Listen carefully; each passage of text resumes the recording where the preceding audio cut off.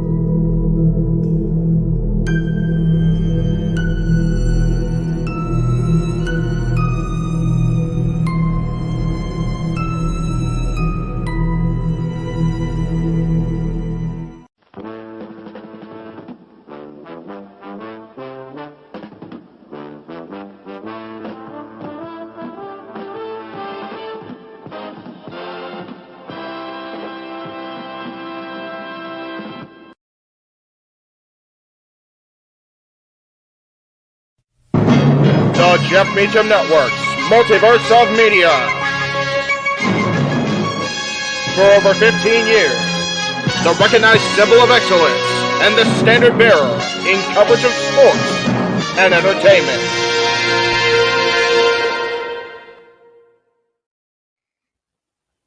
JJ, Jeff, you want to kick this thing off? Because I'm still trying to process everything here. Yeah, it's like, who wants to go first? Well,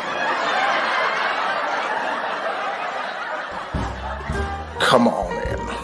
It's open mic night with your host. you could maybe say there's really 4 topics, but it's split into 6. The Renegade, JJ Williams. The Sammy and Eddie Kingston thing, which one's the better smelling turd? And his panel of co-hosts. I am the founder. We'll call me that for today since we're going with the Jeff Jarrett love theme here this week, according to JJ. The West Coast Professor, Jeff Meacham. Karma is karma is karma. That's professional wrestling! Damn it! The Simple Man, Noah Foster. It's showtime! Yeah! How you doing, JJ? How you doing, Jeff? James. Yeah. And the He-Man, James Hebert. Imagine Bill Burr, Joe Rogan, Paul White, the Baldies. There you go. It sells itself. Get in there. Short his ass and shit the bed. He's not Amber Heard. Give it time, JJ. Give it time. No, I'm sure Jeff has some stuff that Dumb move. Just don't pull this bullshit again. You get one. Tony needs to stop caring about the ratings. Bradshaw said as long as the ads are in place, we're not going to lose that third hour. Ring of Honor does not have to be AEW Live. They don't necessarily have to coexist with each other. We kind of saw that tonight to a degree. Along with a panel of guests. He's no longer glorious. Don't you bring that up. You want me to rant about what my NXT used to... Nope, we are done here for the night. I swear, James. Because you never know who may show up for open mic night. I leave our company in the capable hands of an extraordinary group of superstars, employees, and executives. The first thing that came to my mind was, it's about damn time. Amen. I literally touched everybody in the state's trash. So it's horrible, you guys. Peyton's new thing is Dennis the Menace, but it's funny because she calls it Dentist the Medicine. That's great. When Elliot Taylor came out and did Born for Greatness live, I was popping my pussy, having a great time. I didn't care. I was having so much fun. Sit back, relax, and enjoy the show. Fuck Bill Belichick. Oh my God! Go there. How to do the friggin' football thing? We ended on wrestling, and then you bring in that shit. That's just how the thing goes off the damn rails. Brilliant, bloody brilliant.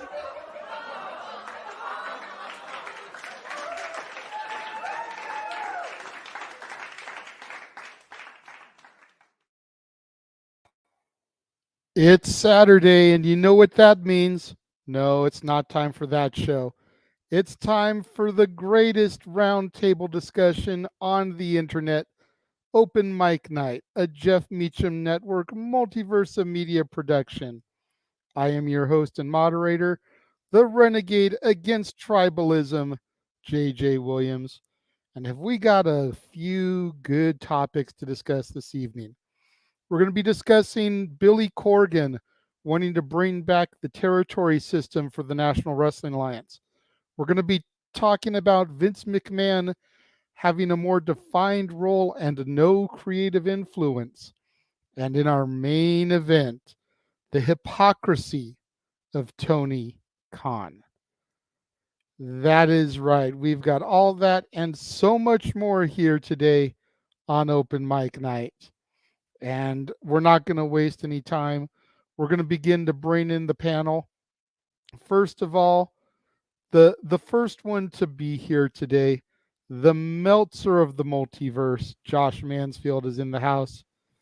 Normally we give this guy massive amounts of shit, and rightfully so, but today he's actually been a good boy. We'll see. We'll just see if he can stay that way with all the conversation we're having tonight. I'm planning on. I was being a good boy because I knew I was planning on having fun tonight with this. And yes, I'm a good boy despite the bottom part of my nameplate here. Make sure you tune in on Wednesday to the Greg Cherry Show to find out why. Yes.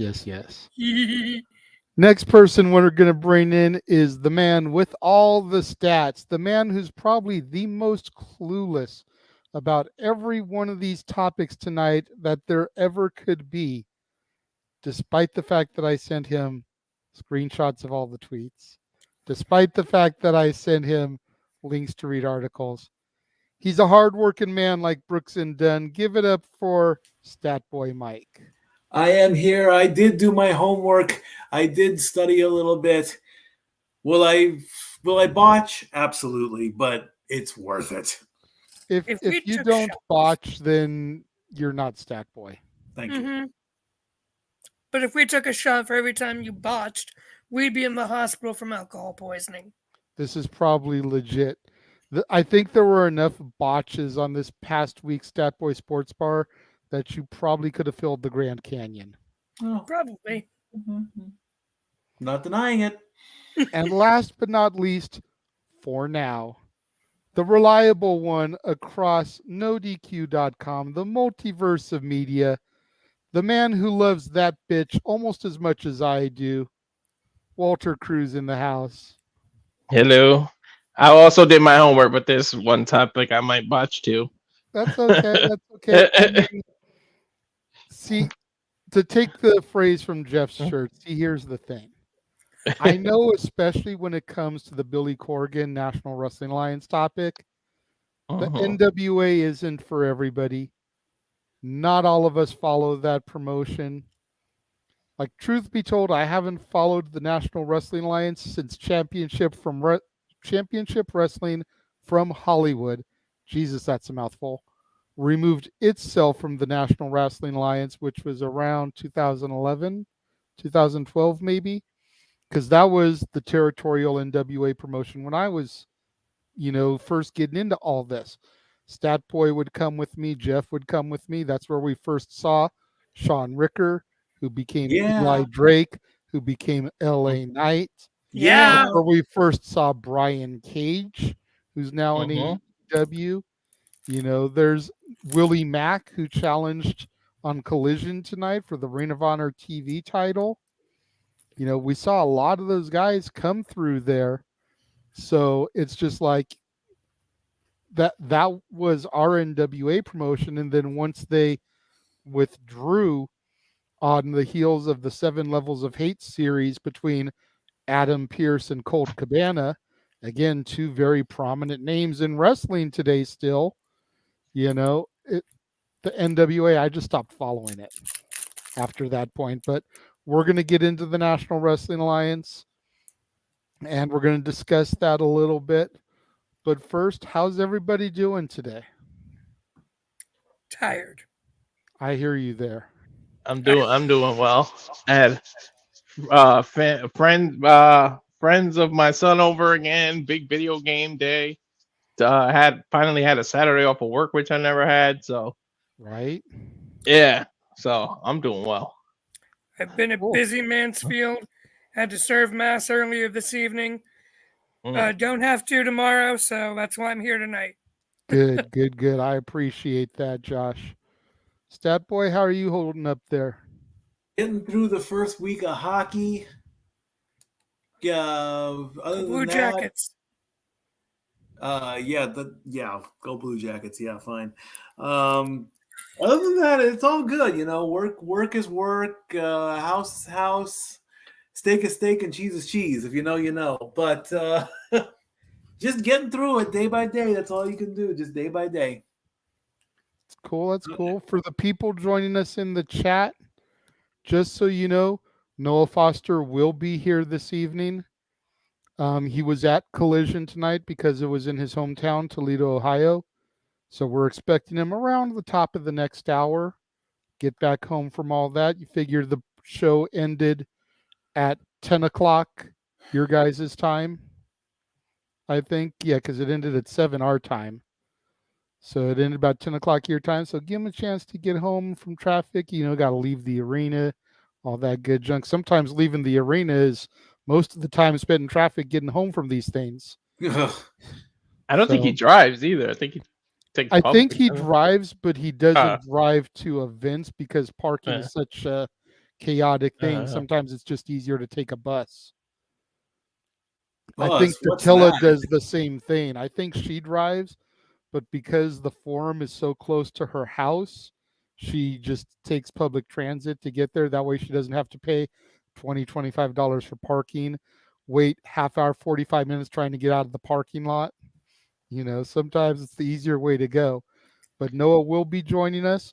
Jeff will also be joining us this evening. He is currently at the LA Kings hockey game. Go Kings. Hopefully we'll have a happy Jeff this evening and they'll win. And we can at least keep the trend of them winning while he's in the building. But if not, then we're going to have a really pissed off Ginger by the time we get to our main event topic, which is going to be an interesting one already, because for those of you that follow what Noah preaches and they don't turn on notifications, you don't scroll, you just pop onto the socials, post a hello, and log right back off, you have no idea what the hell went down this week with Tony Khan. For those of you like the Meltzer of the multiverse over here who live on the social medias, holy shit, to say we were neck deep in bullshit is an understatement. Because there was a lot going on. Matt, good to see you. Of course, everyone, make sure you hit that like button. Safet, good to see you. That's right. It's Saturday, and you know what that means. Matthew with the comment of the night so far. Time for the spiciest open mic night yet. Yeah. Is that possible? I think this is going to get even bigger than when we did the Punk and Elite shit. For real. Like, when you think about how people got during that, I think this is going to be worse. And I wasn't even on for that one. Yeah. Almost everyone has behaved compared to Tony right now. Yeah. Josh is the least of our concerns compared to Tony Khan. But it's not really a high bar to set, but I'll take it. Well, King Mike says Noah and Jeff are the GOATs. Ken Terminated, though, points out that I am underrated. I appreciate you for that, Ken. Matthew, yeah, man, sometimes leaving the arena can take as long as the show itself. I don't leave till after everybody. I sit in my car. I don't fight everybody. I let everybody leave. I'm like the last one out. Yeah, I mean, when I would go to shows, we would usually hang out and try to get autographs and stuff after the show. Sometimes we'd be successful. Most of the time we'd be successful. Sometimes we'd strike out. We usually had better luck when people were coming in as opposed to leaving, because you figure once the show's done, they're tired. They want to go to the hotel. They want to get some food. But we did have a few really good ones. I have a picture in my folders. I know you'll appreciate this one, Josh. Both Bellas and Kelly got it after a show. All three of them in the picture together. Man. Kelly, yeah. I wasn't even a Kelly fan, but she was riding with the Bella, so it was like, all right, get in here, Barbie. And I'm not saying that derogatory, that's her name. Right. So I mean, she's my favorite Barbie. Get over here, Leaving late, I met Shawn Michaels like 3-4 times leaving late. I don't know why. When he was active, he used to leave late as hell. It's because he was such a heel. He didn't want to get beat on by the fans. This be true. My two favorite pictures are definitely the wrestlers I've met, being the broken one, Matt Hardy, and the American Nightmare, Cody Rhodes. And those are pictures I will always cherish, especially the one with Cody in the ring holding the NEW World Heavyweight title. Nice. My favorite picture with Cody is the one where I have my bag on my head. When he was doing that gimmick. Went up to him. I was in line. I forget who was ahead of me. It was someone in our group, Jeff or his girlfriend at the time, or my fiance at the time. But they went up, did their thing with him, and as soon as they finished, I put my bag on my head, walked up, and you can see in the picture he's supposed to be full-blown heel. He's trying not to fall out laughing because here's a dude just came up to him with the bag on his head. I will admit, Cody Rhodes is the first heel I actually liked his vignettes when he was dashing Cody Rhodes and was doing the grooming tips. That was a good gimmick. Because I was in middle school at the time, so you figure middle school hormonal teenage boy me was trying to get all the tips I could get. So even middle-aged dude is like, okay, let me try and my favorite picture is I got Kofi Kingston on my left, Xavier Woods on my right, and I'm dressed as Cuphead in the middle. And they wanted to take pictures with me. They were like giddy. It took like 5. They took pictures with my kids. They were the nicest people, man. Kofi in it. And I didn't expect them there. It was just a regular Comic-Con for video games and stuff, and they just happened to be there. Mikey, would you say your favorite picture is the one you have with HBK? Oh yeah, absolutely. I mean, that whole day. I mean, it was the first time that I actually gave somebody a finished stat book, and I'm still a little bit no. Jeff cut the camera off a little bit too soon. It was the rest of the interaction. I asked him for a hug and he's like, and the last thing he said to me was, "Are these stats accurate?" And then Jeff comes up, "Yeah, they're Stat Boy approved." I'm like, that's how you end an interaction. But yeah, absolutely. I mean, I waited 20 years to finally meet him, and I'm pretty certain he still has the book to this day. And it sort of became a trend. Billy Gunn got one, and Mark Henry got one, and eventually, I'd like this, if possible, I'd want to give one to AJ and John Cena. I know John Cena is planning on coming to Tennessee next summer. That would be the best time to get it to him. He's doing something special, so we'll see what happens. You got a hug from HBK? I barely got a fist bump from him. Well, the story was that he put in either one of the old WWE magazines, or he was doing an interview with somebody, and he said, if anybody wants to ask me for a hug, I'll give them a hug. No problem. I don't care. And so I said, can I have a hug? He's like, sure, bring it in. I met Mark Henry randomly at a Wendy's. In Connecticut, between Bridgeport and here, there's every time they go to Bridgeport, a lot of them go to Wendy's. Because I met a few of them at Wendy's. There's a pilot, a 24-hour Wendy's, and I met him there. He has to have his Baconator. Yeah, and Edge was at a diner when I met him. But did you break the rule? Did you let him finish his meal? I did, and I think that's why he appreciated it. He talked to me for like a good half hour. My friend was going to bother him, and I stopped him. I said, let him eat. He's on the phone. Don't bother him. And then I sat literally next to Edge, and Edge gave me the menu.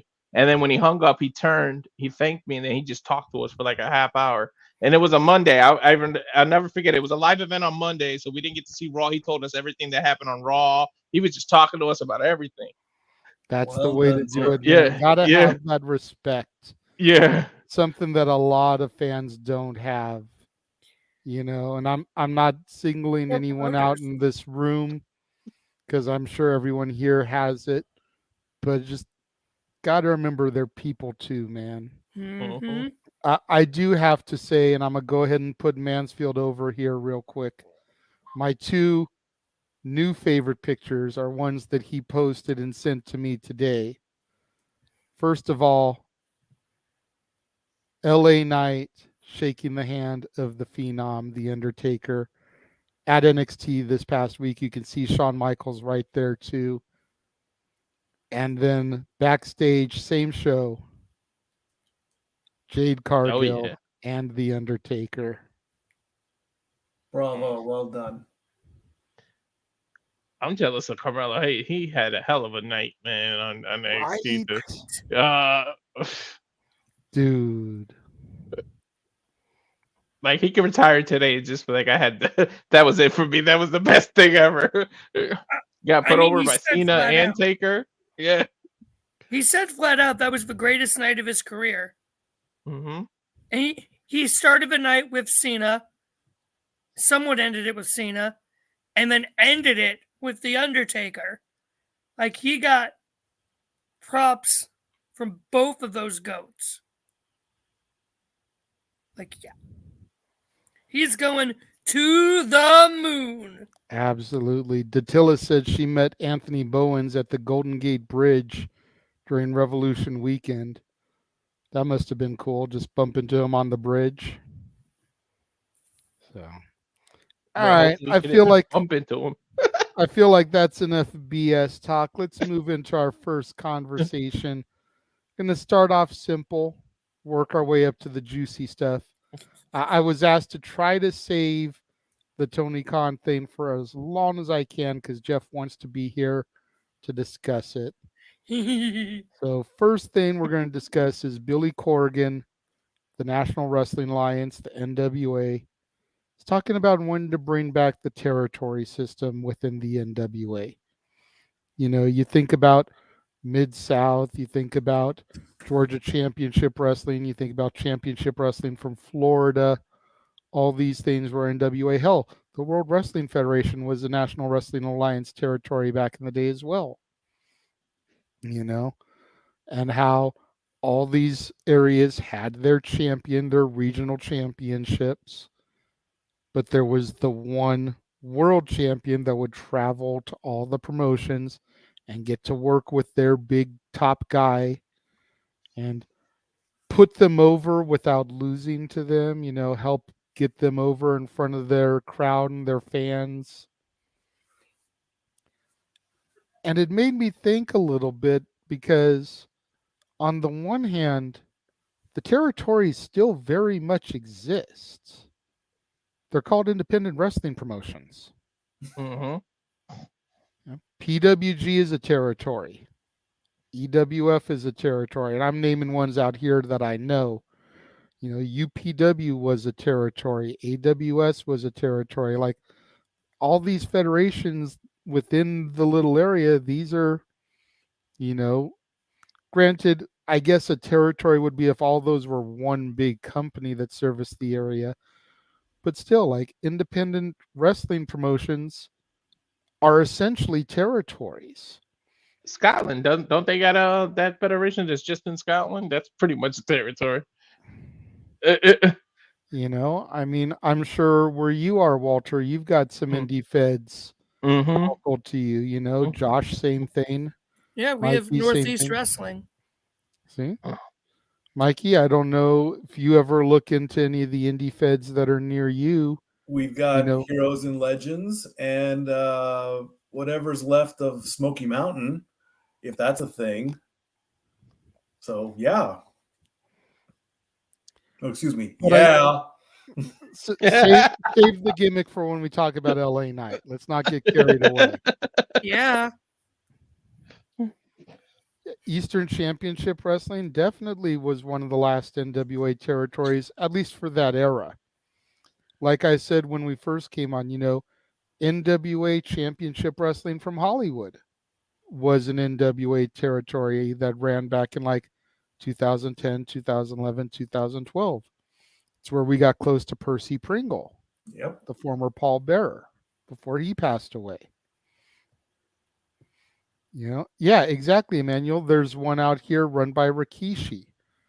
I forget what it's called. Oh, Knox Pro, I think, is what it's called. Or at least I think that's what it used to be called. Maybe there's a different one now, but doesn't Booker T have one in Houston? Yep. Reality of wrestling.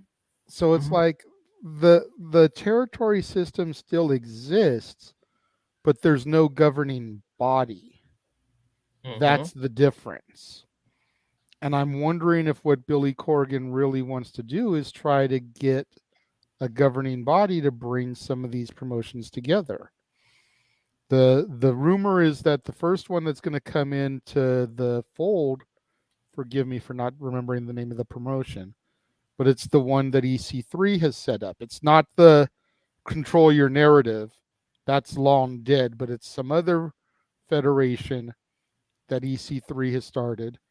Now that he's the NWA champion, that's the first one that's going to kind of come into the fold. That way he can be training, working with people, similar to an NXT, and I think they want to try and use these other territories as kind of like developmental. You get the guys from the local area that want to be wrestlers, cultivate them, train them to where they're good enough to then go on to the NWA pay-per-view shows or Power, whatever it is they call their TV broadcasts, and try to get a little bit more exposure. And I think Billy Corgan, with his business acumen, and I'm going off of his, rock band, Smashing Pumpkins, I think he's got the right mindset to be able to do something like this. It's just a matter, I think, of what promotions he brings into the fold and who the heads of those promotions are.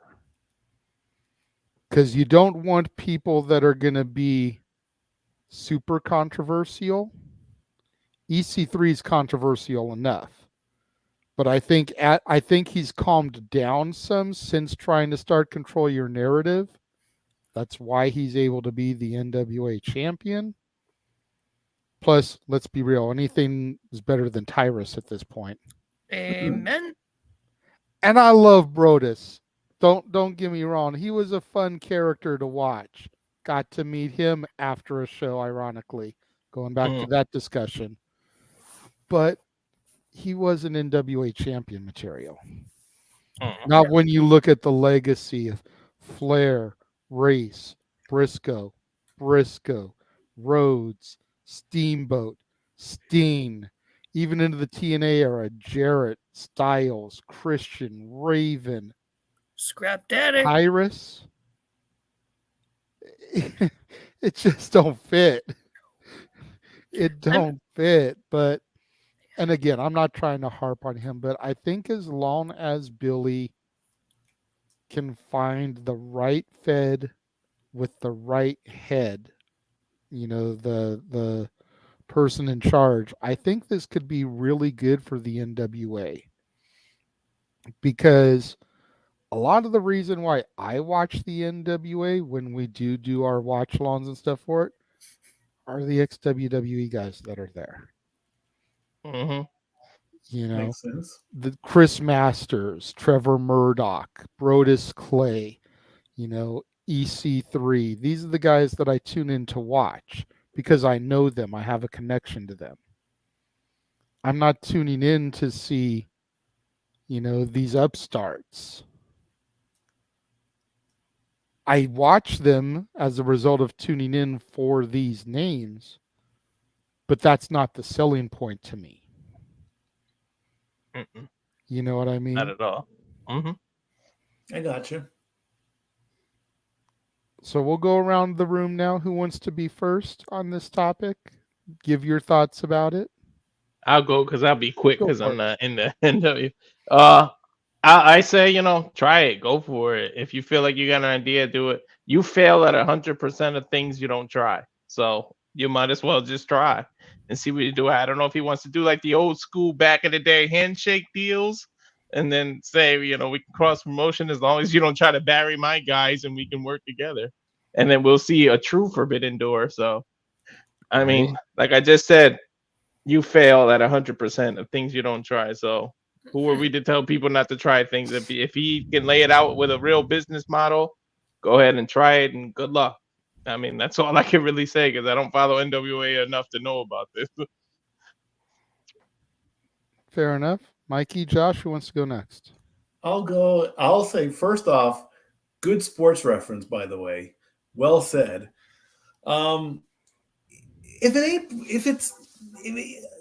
There's nothing wrong with trying something new, especially in this era. Okay, the way I was brought up on territories was, you know, you don't go messing with another person's territory.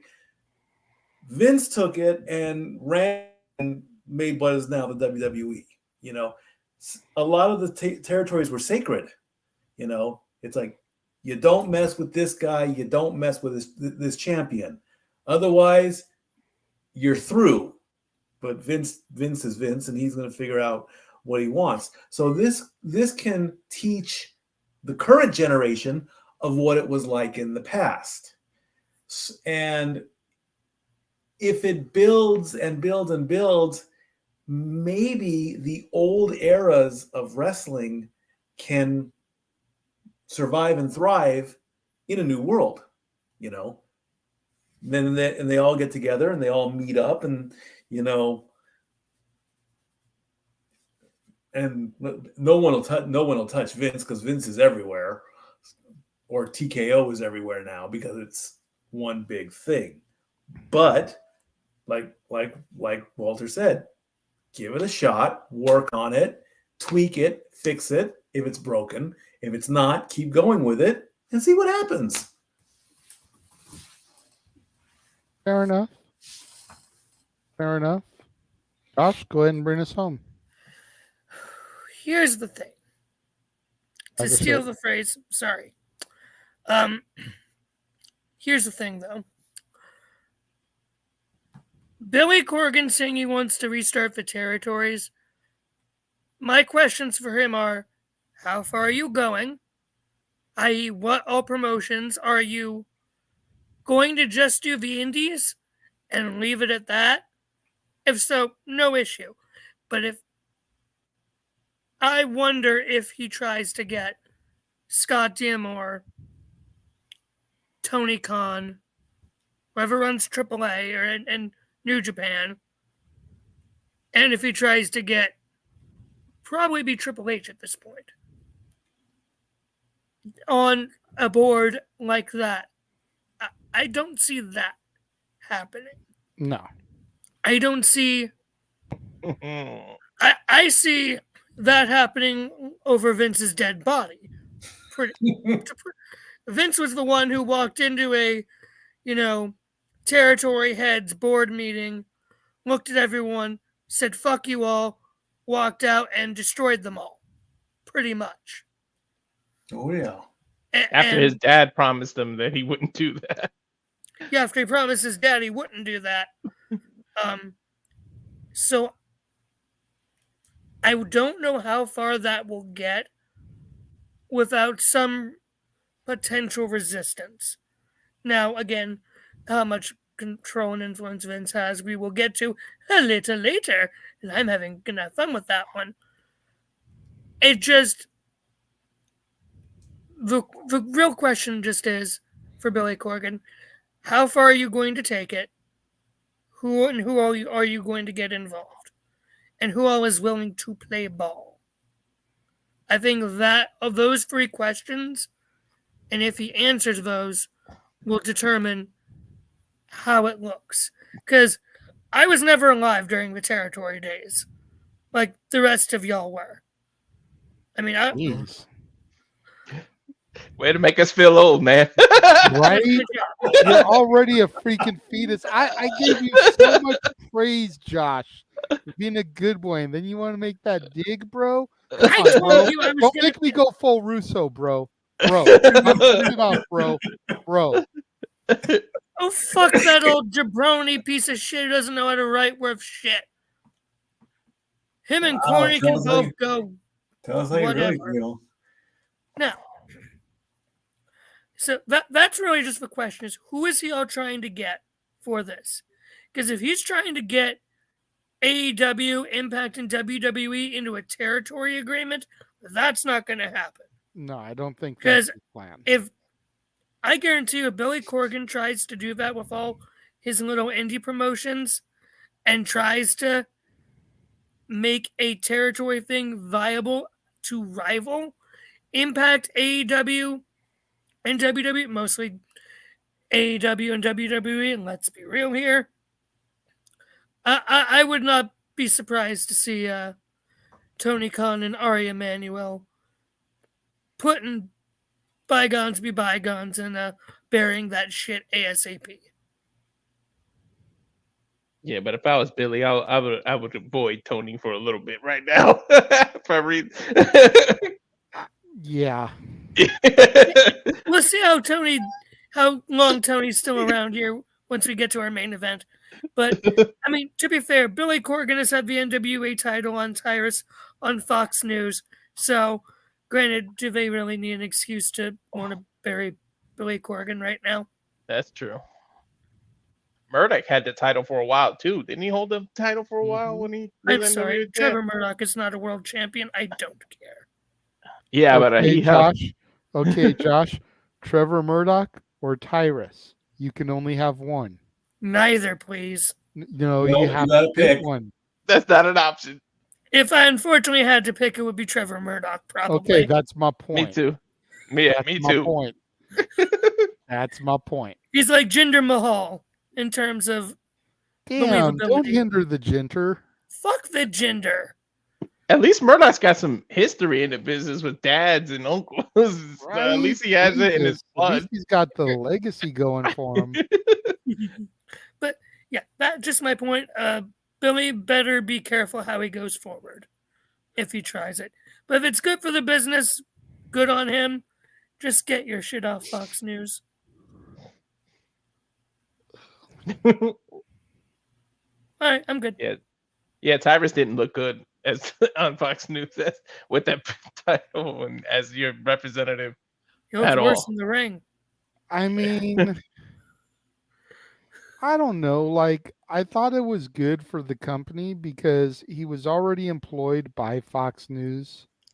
So having somebody on the air on a regular basis with the 10 pounds of gold bringing exposure, like him or not, that was a good look for the company. Mm-hmm. You know, I mean, it would be like if JBL, when he was the WWE champion, was on TV every week doing his money stuff and financials. You know, like that would have been a hell of a look. Huh? Yeah, until he did the Nazi salute in Germany.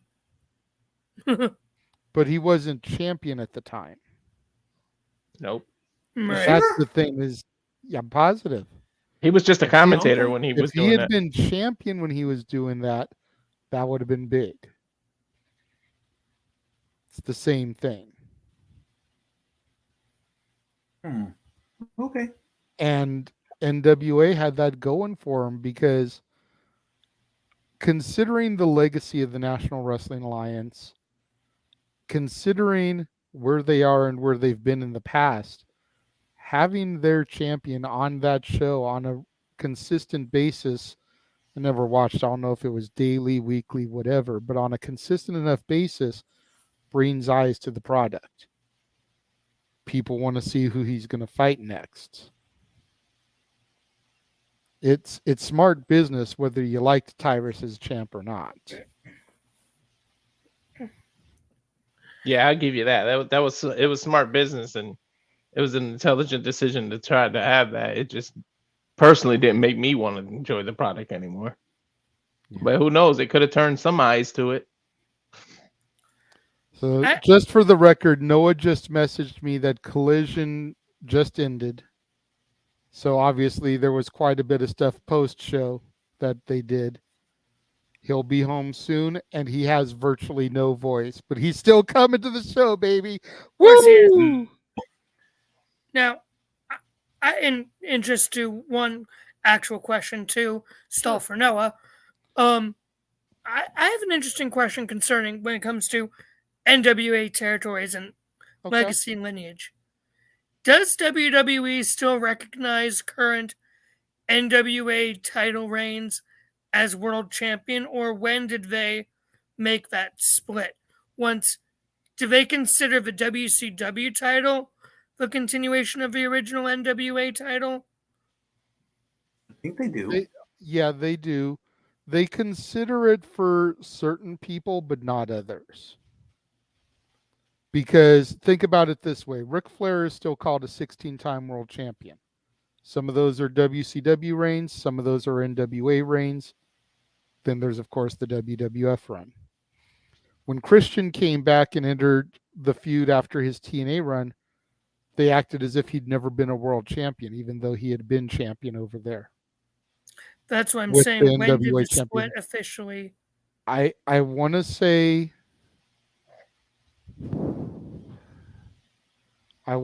when Shane Douglas won the tournament is when they stopped recognizing it. Yeah, because they don't recognize Shane, but not for nothing. Yeah, for real. They barely recognize him as a former Intercontinental champion. Yeah, they hate Shane. Yeah, Shane Douglas as Dean Douglas is a former Intercontinental champion. Okay. Yeah, all for 8 minutes. Yeah, You know and then what? Razor Ramon. It's about whooped as that long ass. as Andre the Giant held the world title, but they recognize him, don't they? Yeah, Actually, fair I enough. think Andre held the title less time Yeah.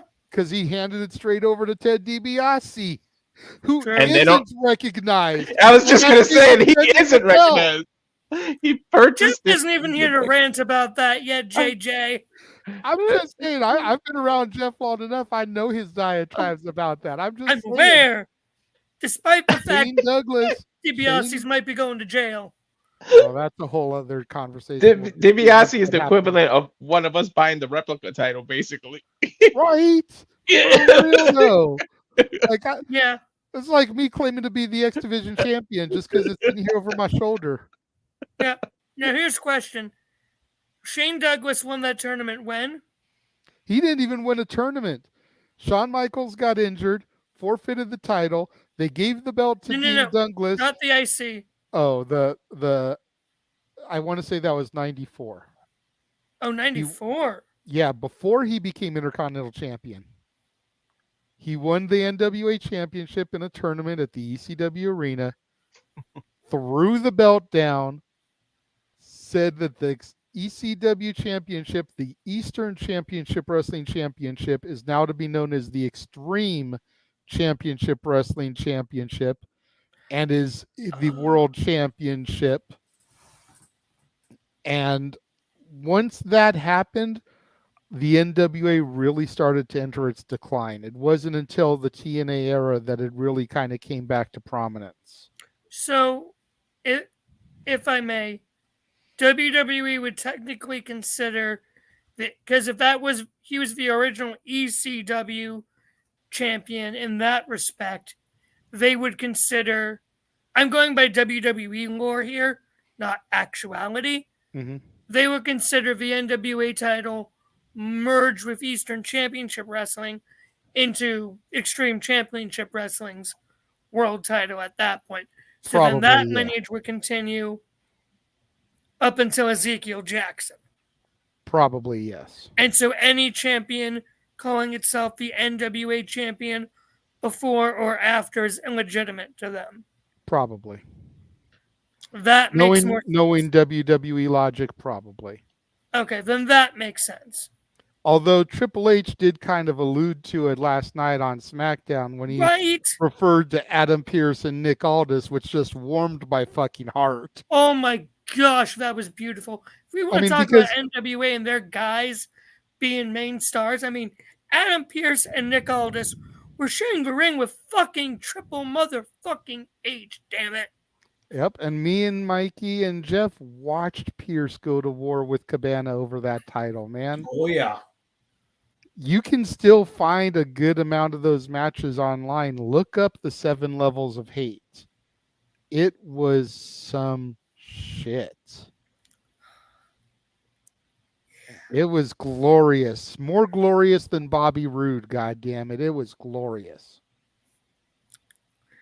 Yeah, I mean, I was getting emotional for Adam Pearce. Not gonna lie, last night.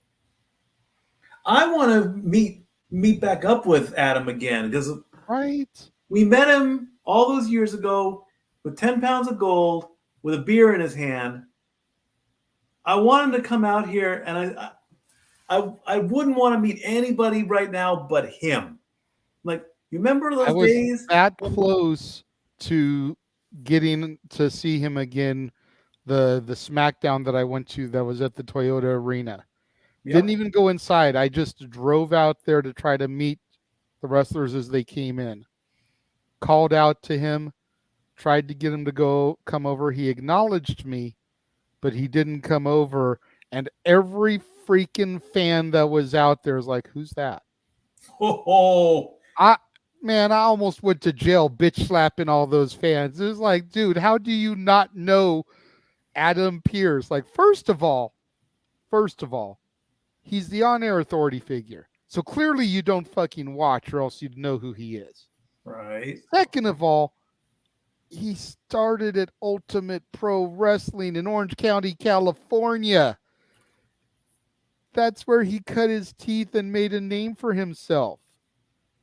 Thirdly, he was, I want to say, the second Pro Wrestling Guerrilla Heavyweight Champion, defeating Frankie the Future Kazarian. Yep. Who loves to pop in on our He's got shows? lineage out here. And you want to try and act like you don't know who the fuck he is? And that's not even talking about the NWA title run. Bruh, get away from me with that shit. It's like, and then the only person I did end up getting a picture with is now the most hated man in the company, Dominic Mysterio. Nice. I love Dom Dom. I do too, man. Yeah, I love Dom too. I am I so called happy for him. For real.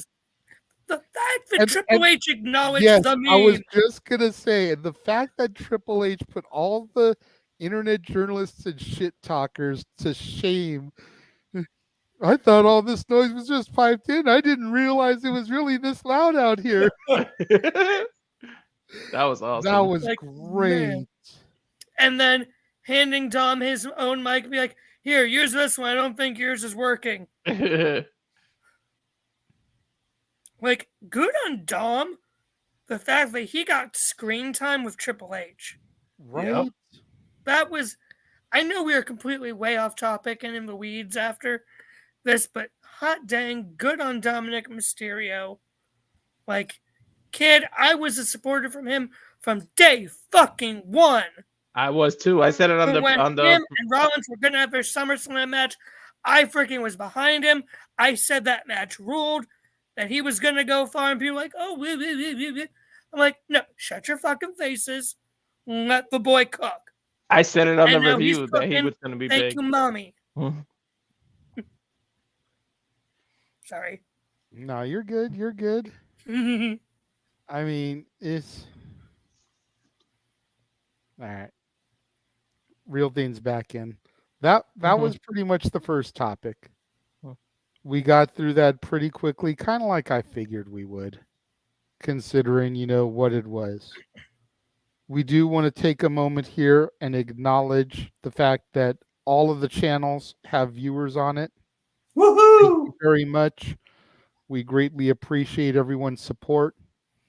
Remember, if you would like to dictate the conversation, if there's a question or a topic you'd like for us to discuss, super chat. It's as simple as that. And if we can raise $200 in super chats just on the Casa D18 Studios channel, then when we do our Halloween episode, El Renegado de la Lucha Libre will make his return for the entire episode. Uh-oh.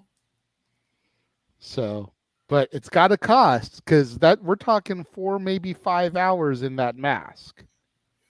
I'm not going to do it for no $10, $20. No. $20. Or, excuse me, $200. That's $50 an hour, basically. I'm getting paid to be in that mask. I feel that's fair. It's a lot to be in that mask. Because I remember when I first put it on for that one show, where I think I did charge like 20 or 25 bucks. It was kind of warm being in that thing for, I think it was like 30 minutes, maybe 45 minutes I wore it.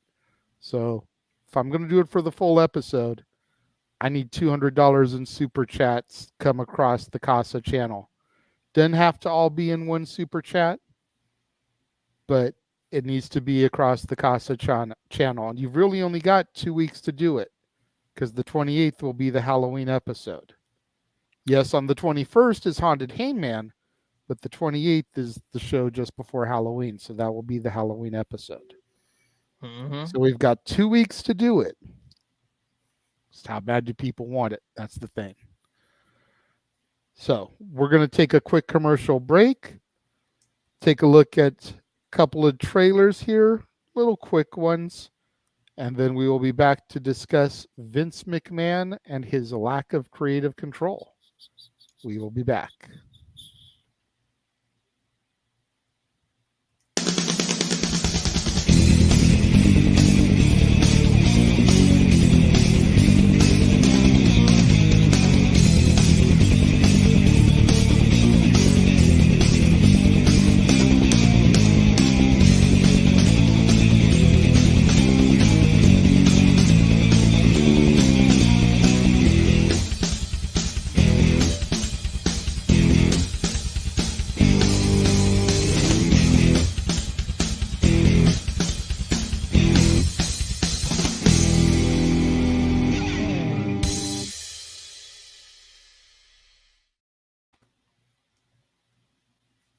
Hello pals, Alyssa Marino here, and as a friend of Parker Kane Promotions, I am super excited to share the awesomeness that they've got in store for you this November at WrestleCade.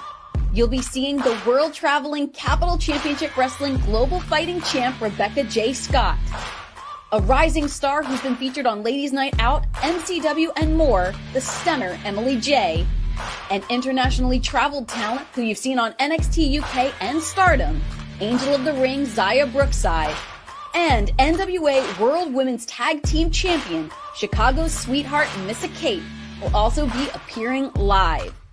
It's all going down WrestleCade weekend in Winston-Salem, North Carolina. You can catch these stars brought to you by Parker Kane Promotions on Saturday, November 25th from 10 a.m. to 3 p.m. And be sure to stick around for Ladies Night Out the following day on Sunday, November 26th. You can get your WrestleCade weekend tickets at WrestleCade.com. There we go. Just showed you some of the friends of the Multiverse of Media and where you can find them and follow them. Check out what's coming up from Parker Kane Promotions. Shout out to Big Baller G. Just got a comment in the room from Noah. So freaking damn spent. My God, what a night. I love AEW. So much fun live. Up there with Impact Live experiences for sure. He did private message me before posting that, saying that he's ready to collapse face first in his pillow. So expect short to the point responses from him once he gets here, if any at all. Mm-hmm. That's just the loyalty of the simple man with the spectacular voice, man. He's ready to go home and just pass the fuck out from all the energy exerted, but he is still going to be here, still going to perform for everybody. Just don't expect long rants and diatribes from him. Oh man, I may try and get something out of him. We'll see. Don't poke the bear. Right? It's Noah. I have to. Especially a hibernating bear.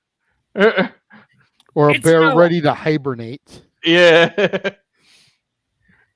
Speaking of poking bears. So the next topic, one I know Josh is really looking forward to discussing. The rumor going around that Triple H is in full creative power once again, that Vince McMahon has zero. Go ahead, Josh. You look like you're chomping at the bit to get this out there in the open, so I will let you go first. We're an hour in, so feel free to spew whatever dialect you really need to get out there. But if you start getting too out of control, I will mute you. Fair? Yeah. Okay, go ahead, Josh. Bow down to the king. Thank God Almighty.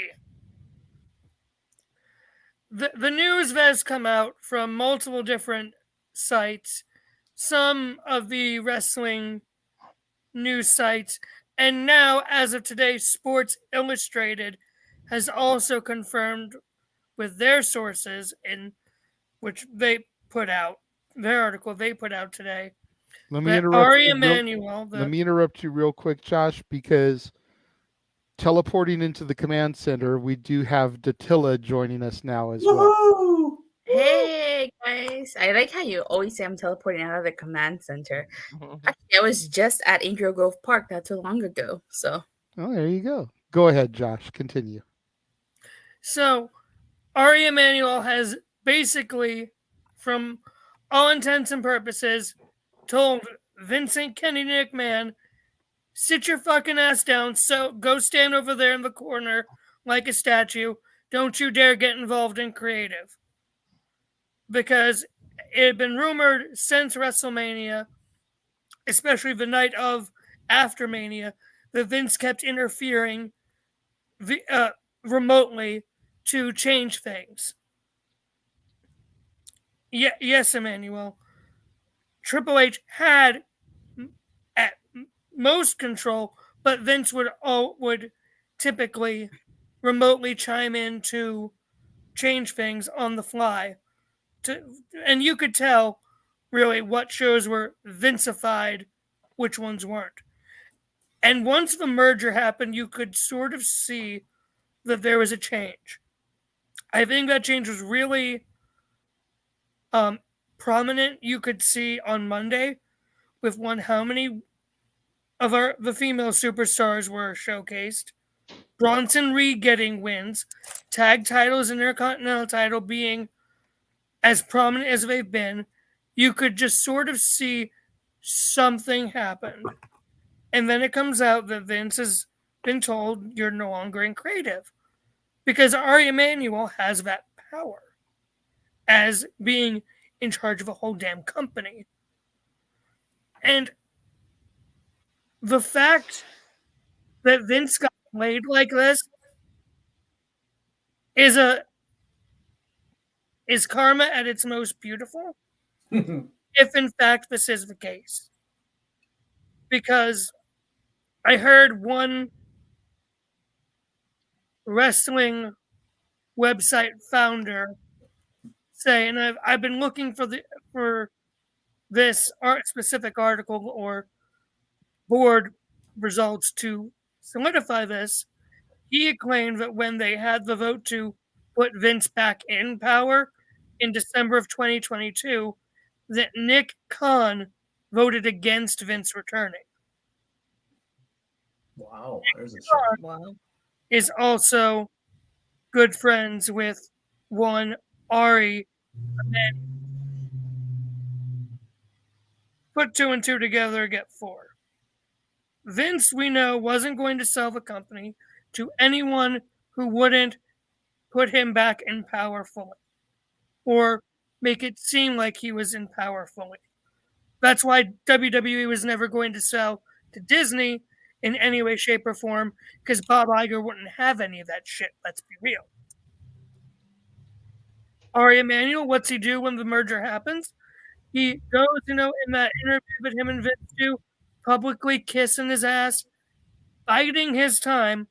The second that the deal is closed and TKO and Endeavor is 110% official, okay, Vince, go stand in that corner over there. You're done. Because he blamed Vince specifically in a Bloomberg interview the other day for why stocks went down. He blamed Vince specifically by name. So I can fully believe that Ari Emanuel with Nick Khan and maybe even Triple H basically just said, okay, we'll give Vince the appearance that he has power, but in reality, once this thing closes, no, you can just go over, stand over there and, be a good little statue. You're done. So that's my thing on this. I think it's great. It's been great for television with what all we have seen. Right. Especially on Raw the last few weeks, because Raw was seeming so stale lately. Yeah. But now I said, yeah, I agree. But now we have a lot of shakeup and change.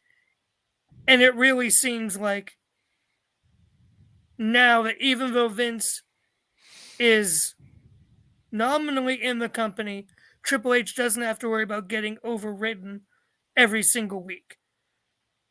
And have those eyes looking down on him, like he has to look over the back of his head to make sure Vince isn't behind him saying do this, do that, etc. I really think this past week, especially Monday, was the pinnacle of that. But that's just my opinion. Thank you, Ari Emanuel. Ari screwed Vince. Yeah, I agree with you on a lot of those points. I think the true test as of right now is going to be, ironically, the Jade Cargill experiment. Oh, yeah. You know, we saw her at Fastlane, saw her on NXT, saw her on SmackDown. Haven't seen her on Raw yet. But where she ends up, how she's booked, I think is going to be a true test to see if Hunter is back in charge or if Vince is still got his hands in the cookie jar, because I see big things if Trips is in charge with her, and I see her getting buried if Vince is in charge of her. Because Vince has always been that guy to be kind of petty if he didn't create a star. I think that's also partially why Cody ended up losing at Mania 39. If Vince came back in, and because apparently Vince changed, it was rumored that Vince made changes to WrestleMania Night 2 the day of, and I would not be surprised if that ended up being part of it. Well, I honestly thought that whoever faced Roman Night 2 of WrestleMania was going to lose regardless. Fair enough. See, I still firmly hold to the belief that if Cody hadn't been out for half the year with his torn pectoral, he would have finished the story. That makes sense, yeah. I mean, you don't make a dramatic return at WrestleMania 38, wrestle 3 consecutive pay-per-views against one of the workhorses of the company, go out on injury, come back at the Rumble as a surprise entry at number 30, win the Rumble, and then win the title at WrestleMania. And you're active in the company for 6 months out of a year. If he had been there the entire time, I still think he would have won the title. Because he would have put the work into finishing the story. And I think that's why they decided to not have him win. He'll probably get the victory at WrestleMania 40 if that's what they're going to go with. There's still a lot of stuff on the table where they can take it. Whether it's Rock Roman, Roman Solo, Roman Cody, Roman versus whoever wins the Rumble if it's not Cody. There's still a lot of ways they can go. Yes, CM Punk, Gunther. You know, we could have a Hogan Warrior moment here with Roman and Gunther. There's still a lot of stuff that they can do. You know, part of me kind of believes now that whoever Roman faces at WrestleMania, I hope this doesn't happen. Part of me kind of thinks that Roman's walking into WrestleMania 40 and walking out of WrestleMania 40 as champion, because that next record would be Hulk Hogan's record. And he has to hold on until what, September? Personally, I think he should lose at WrestleMania 40, but I don't think that's going to happen. I don't know. I mean, a lot of people are saying it's going to be the story of Rocky Balboa. You know, the first movie, he came close to besting the champ. Didn't quite do it. Second movie, he finally beat Apollo Creed. Became the champion. Well, I haven't Where does watched Rocky movies. I've never seen them either. I just kind of know the general story. And where does Rocky take place? Philadelphia. Yeah, you right, damn it. So I'm just saying, like, there's a lot of rumors that that's going to be what they're playing off of here. Is hopefully Cody is Rocky going in to face Apollo Creed, the champ, in the rematch in Philly where the Rocky statue exists, the stairs that Rocky climbs in the big montage. Like everything is right there. So we If we did start get hearing, we if we did start hearing Eye of the Tiger in vignettes, then we know. right. We did get a $2 super chat from Emmanuel. Thank you very much for that. Says, where's your 1,000 day Roman shirt? Well, if you watched the State of the Casa address, I did discuss having lost my Lyft job right around my birthday. Money's been tight for me. Haven't been able to buy one. Bottom line. If I can, I will tell you what, Emmanuel, if I get to my target goal for El Renegado de la Lucha Libre, then I will use some of that money to buy my 1,000-day shirt. Oh, you're saying okay, I get what you're saying. I was like, what are you saying? I got what you're saying. Okay. The Renegade of Wrestling, but I said it in Spanish. Because I have a lucha mask over here that I wore on a show one time. So I dubbed myself wearing the lucha mask as El Renegado de la Lucha Libre. Llegaste tarde, Tatila. Oh my god! I said she was late. She got it. And the light bulb went off suddenly. Es que lo dijo muy rápido. He said it really fast. I couldn't show you what he was doing. I was gonna say she probably had to pause for a second. Like, wait a minute, JJ is speaking Spanish. What is going on here? Well, if you remember, bro, they did the same thing with me a long time ago. They literally translated Long Beach Kid in Spanish too. El Chico de la Playa Larga. Mm-hmm. I'm like, what? I thought he was about to say Chico del Apartamento 512. No. But we did play that song on the radio station in college. Still better than El Virtuoso. Oh, I got the Pink Ranger helmet, Lord Zed's helmet, Lord Draken helmet. Damn, girl. All right, and then I pre-ordered the red and white, and I still need to get my hands on blue. Okay. Yeah, my finances ain't allowing that right now. I wore my Pink Ranger helmet on my stream. Oh my god, like I needed to have the fan on because it got really hot with that thing on. Right? Same thing with the lucha mask, and that's like, softer material, but I wore it for like 30 minutes on a stream when I first got it.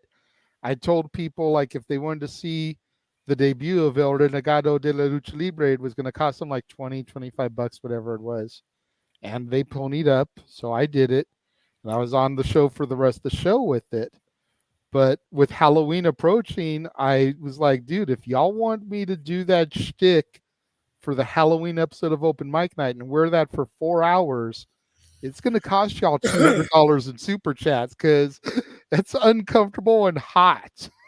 Yeah, I think that if I were to wear my Pink Ranger helmet, I probably would want to turn my AC on. Right. So that it's not so hot in there because it gets hot. And I don't do well when I'm hot, so I can imagine JJ too. Like, ugh. I mean, I'm hot just by this. So shut up, Mansfield. I was hot. The kids were playing the VR headset, man. I was playing the boxing game. I was like, oh, yeah, enough of this shit. And Emmanuel, for my answer to your super chat, I wasn't ever gonna get one because because you don't acknowledge our tribal chief. I will acknowledge when he gets his ass handed to him. But fair.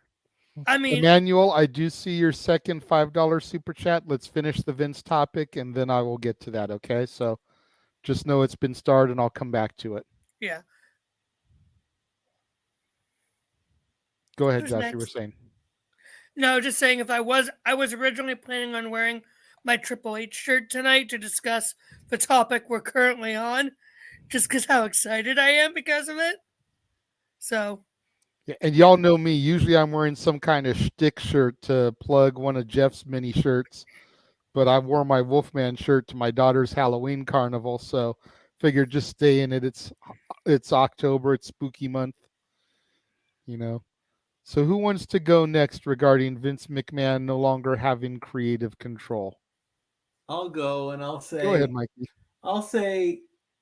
Now people can relax and sit back and enjoy Raw the way it's supposed to be without Vince being there. Now, me personally, I'm clueless when it comes to who's producing, okay? I can't tell who's producing what from where. I just can't, okay?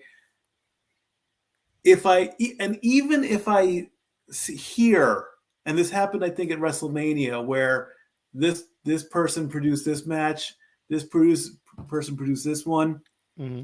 It's not going to mean anything. It's not going to mean much. You know, if they produce the job, if they produce the match, and the match went the way that they wanted it to, and they're happy with it, guess what? You did your job. Good for you. If you're not happy with it, we don't need to hear about it because it's a negative thing. We don't need to hear, oh, well, Shane Helms was not too happy with the match between Gunther and Chad Gable on the show, so he decided to rip into both of them. They go to Vince. Vince says, go talk to Triple H. Go have a rematch. Do it again. No. That's too much of the business that we don't need to hear about. So, you know, just sit in your chair, watch the show, and don't worry if Vince is taking over, because apparently he's not. Okay, fair enough.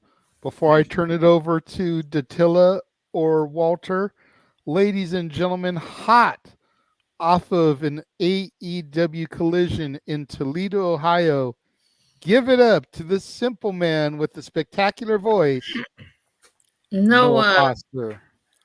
The simple Although man probably with no tonight, I was going to say, tonight is probably the simple man with no voice. And you're mostly right. Hello. Oh, wow. Whoa, get some tea and honey, dude. I'm fine. Relax. I'm not going to speak a lot tonight, so don't expect a whole lot from me. I don't have a lot to say. So you're perfectly fine. Did you lose your voice cheering for the bunny? She didn't show up, you idiot. Noah? You should Noah, know better. you sound like Kane when he went, suck it. Yeah, I figured that's what everyone's going to reference. Either that or a very hoarse Triple H. Either way, it was fucking worth it. Anyway, continue the conversation. What the hell are y'all talking about? Before we get further in the conversation, I just have one question for Noah. Go ahead. Did you have fun, my brother? What's the answer I'm looking for? Fuck yes, I did! God, I love you, Noah. Yes. 4.5 hours of professional wrestling content. Damn it. But you digress. You're damn right I do. Continue. So right now, Noah, just to catch you up to speed, we're discussing Vince McMahon no longer having creative power and Triple H presumably being back in full creative control. Dattila, Walter, who'd like to go next? I think it's hilarious.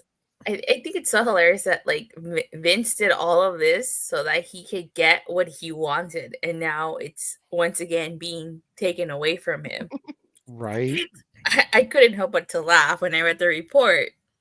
But like before I continue, and if he gets booted out, he can't weasel his way back in this time, right? Nope. I don't think so. No. Yeah, that's what I was wondering. Yeah, Vince got played. Simple as. Yeah, I think maybe Ari probably was like, I'm gonna take the company from him, and then like when he least expected, it's just remove him little by little, probably, so that it's not as bad for Vince. I think that the telltale sign will be when Stephanie comes back. I will say this. You could see a changing creative, certainly. You know, I know I've talked about this before, and I'll say it again. The Raw after Mania one of the worst shows I've ever been to in all my years attending shows. I still want my money back for that show. Damn. Yeah, and I honestly felt so bad for the people that were from out of town, stayed that extra night for that show specifically, and it was arguably one of the worst shows I've ever been to. But yeah, you could definitely see a change in creative. I'm not bored half to death watching Raw and SmackDown, so and mind you, I watch it on East Coast time, so it doesn't put me to sleep. Because if I was watching it on West Coast time, I'd probably be asleep before Raw ends. See, that's one of my hardest things is the fact that I don't get the East Coast feed of Raw. And I will admit that there was a while there where Raw was struggling to keep me through the whole 3 hours. Ever since Vince came back, so to speak. There were a few episodes where it was like, oh man, my eyes are getting heavy and it's not keeping me going. This week's Raw didn't have that though. And I don't know if it was just because it was the Raw coming off of a PLE or if it was because of the tonal shift between Triple H and Vince Creative, but it definitely didn't do that to me. And I was able to stay up till 11 o'clock with the energy that I needed to. And hopefully that'll continue that trend, especially now that I'm going to be reviewing Raws and stuff. So, whatchamacallit, you could also tell we're not getting the same main event week after week. So that's a huge plus. Yeah. I've forgotten what it's like to watch Raw on West Coast time, but I don't think with the Raw that we were getting, I don't think I would have made it to 11. I probably would have tapped out around 10. I would have been like, nah, I'm out of here. Because I wasn't going to sacrifice sleep for... Well, actually, no, I would have to because I review wrestling, so I wouldn't have a choice. Right? I would have to stay out till 11. And sacrifice quality sleep for that madness. That's your choice. Yeah, but you could definitely see a huge shift. Hopefully the reports... it seems like the report is true, but hopefully... this is a sign that Vince is slowly losing power. So we got to wait and see. But there's definitely a shift in creative. Nick Aldis got to keep his name. Wasn't, a different name, but which is good. Yeah. So we'll see. And now there's rumors that they may be trying to bring Mickie James back because Nick is there now, have the husband and wife back together. Well, Mickie James is challenging Trinity next weekend for the Knockouts title, so we'll see how that goes. I know. We're looking forward to you and Noah calling the action for Bound for Glory next week. Yeah, it's just going to be a great show, that's for sure. Oh, no doubt. It looks stacked. Yeah, it definitely is stacked. NOLA, New Orleans, Louisiana. Back to the running gag of that again. Yeah. Say their names and they appear. And someday JJ will believe in Joe Henry. Yeah, one can only hope. One can only hope. Joe Henry! When he sees the light, he'll believe in Joe Henry. Yes, he will. He is, nor do I care. Joe Henry will freaking save the Digital Media Championship. Anyway, continue. I believe in L.A. Knight. Yeah. He's still not beating Roman Reigns because they don't believe in him enough to do that. One of these days, Noah, I'm going to buy you the bunny shirt and send it to you. There's nothing wrong with him losing. You don't just because you lose doesn't mean that you're getting jobbed out. Like you can look good in defeat. Oh yeah, that's true. And I do believe that this won't affect negatively LA Knight. Not to go off topic, but maybe it also kind of coincides with the topic because you're talking about changes in the creative direction of WWE for the better under possibly just Triple H's visions and choices and the people he trusts versus McMahon input, where I still had to call the worst fucking show of all time. Damn it. While you were there live. I'm always one of those that takes WWE with bated breath when it comes to a higher chance of better wrestling showcase and possibility. seeing is believing. But I've already said with JJ, his passion brought me back to the point. I enjoy calling WPLEs, and this has been the best year of WPLEs in a long damn time. Now, as far as the weekly shows, I still don't watch Monday Night Raw. I don't watch NXT. I don't have Fox. So I can't watch SmackDown. I know they're going to USA Network, but I'm going to play that by ear as well based on how Survivor Series turns out. So again, I'm just going to play it all by ear. I'm not going to confirm or assume anything. Definition of assuming can ask you and me. At the end of the day, you're reading what is reported.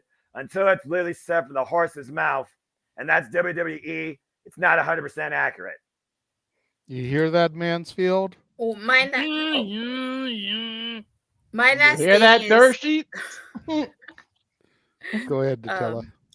My last thing is, I wonder if we're ever gonna get new tag belts. I mean, Rhea Ripley got a new belt. Oh, Asuka, God! when she was Give me champion, the got a fucking new belt. quarters and dimes made out of less precious metal than the sink made of pennies. Fucking make tag team wrestling matter. Both visually with actual variety. And even Rollins got it. Rollins got a belt.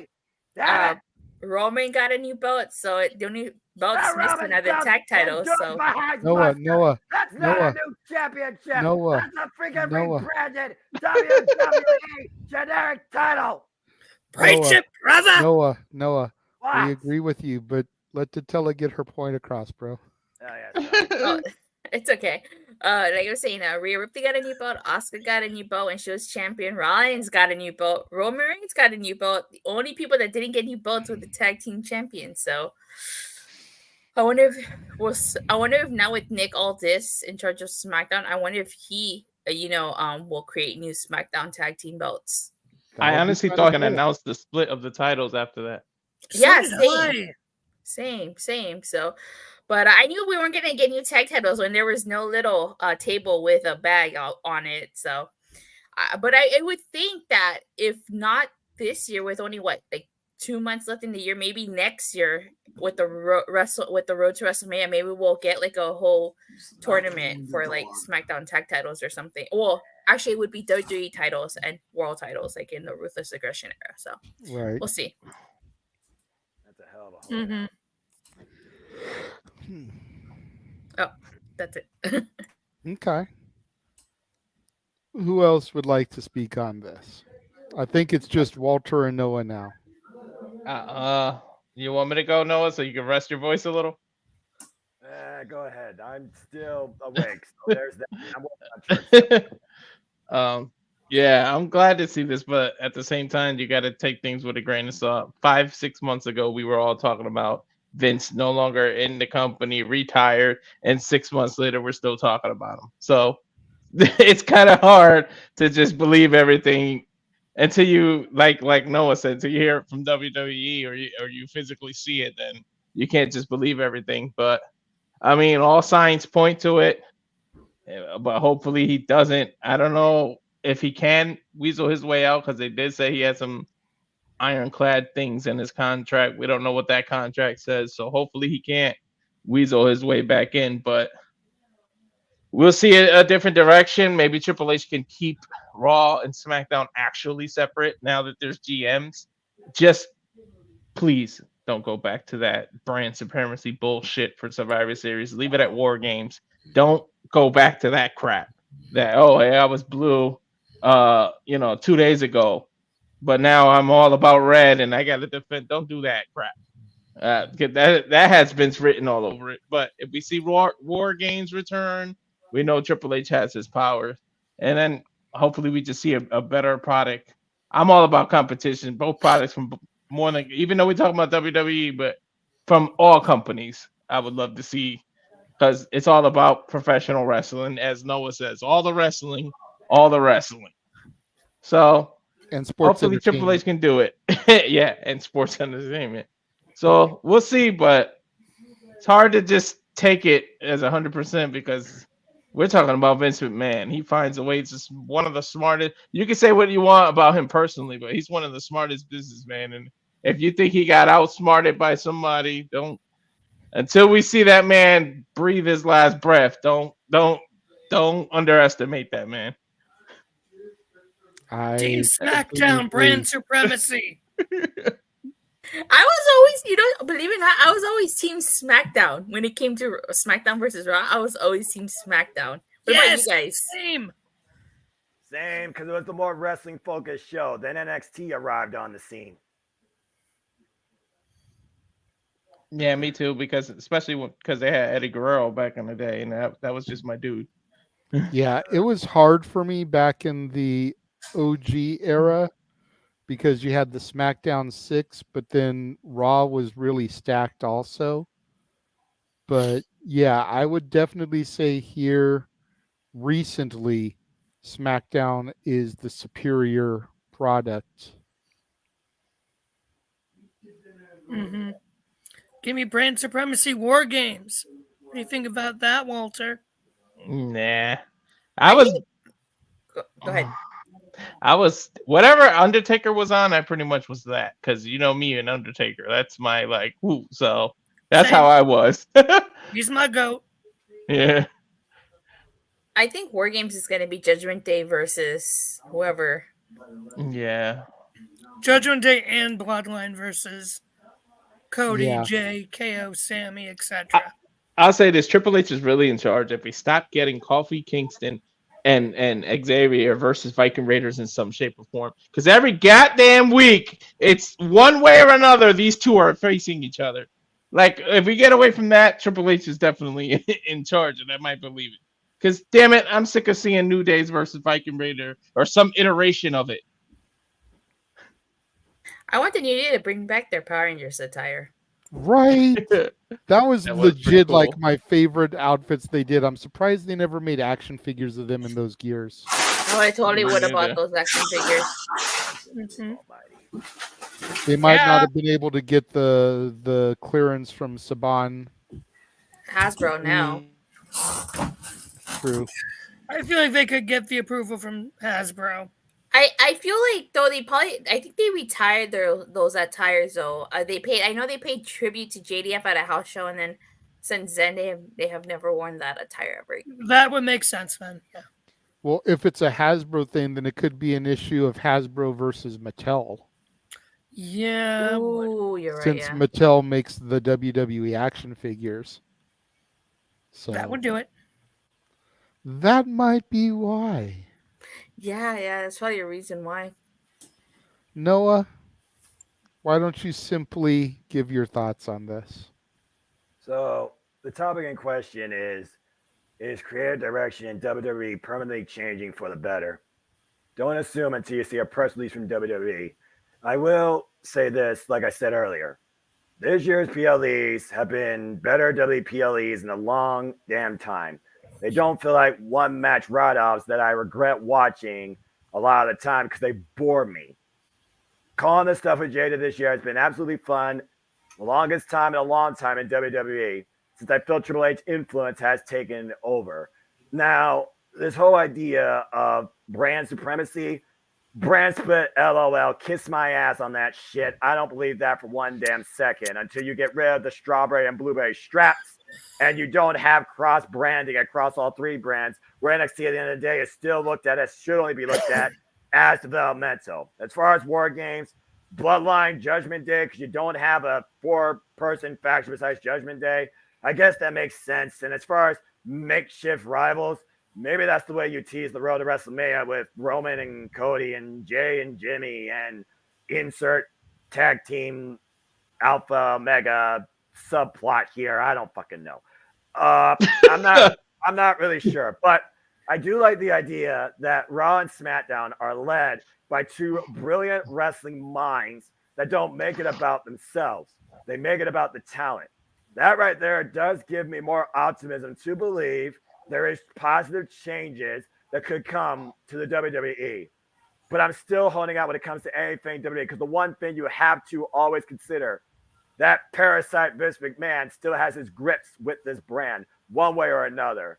And until that's removed from the hind end of this company, I will always, always, always consider Vince McMahon influence. Fair enough. All right. Well, we're going to take another quick commercial break. And then when we come back, we've got one more discussion point we're going to talk about before we get to our main event. So don't go anywhere. All right.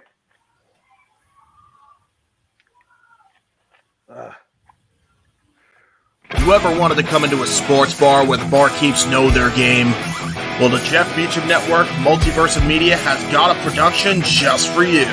Sit down and relax as the Stat Boy and his partner break down the statistics in all things sports. Whether it's football, basketball, motorsports, baseball, hockey, soccer, professional wrestling, mixed martial arts, boxing, and much, much more. All are welcome. Your barkeeps here keep you up to date and in the know of everything going on in sports, while also having a pleasant conversation about it all. Your host and owner of the bar, Stat Boy Mike.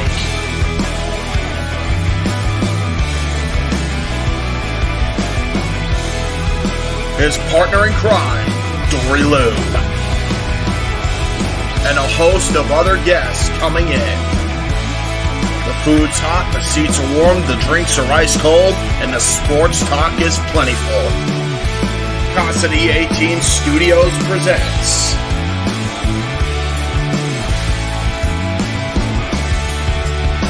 Stat Boy Sports Bar. Take a bar stool and enjoy the show.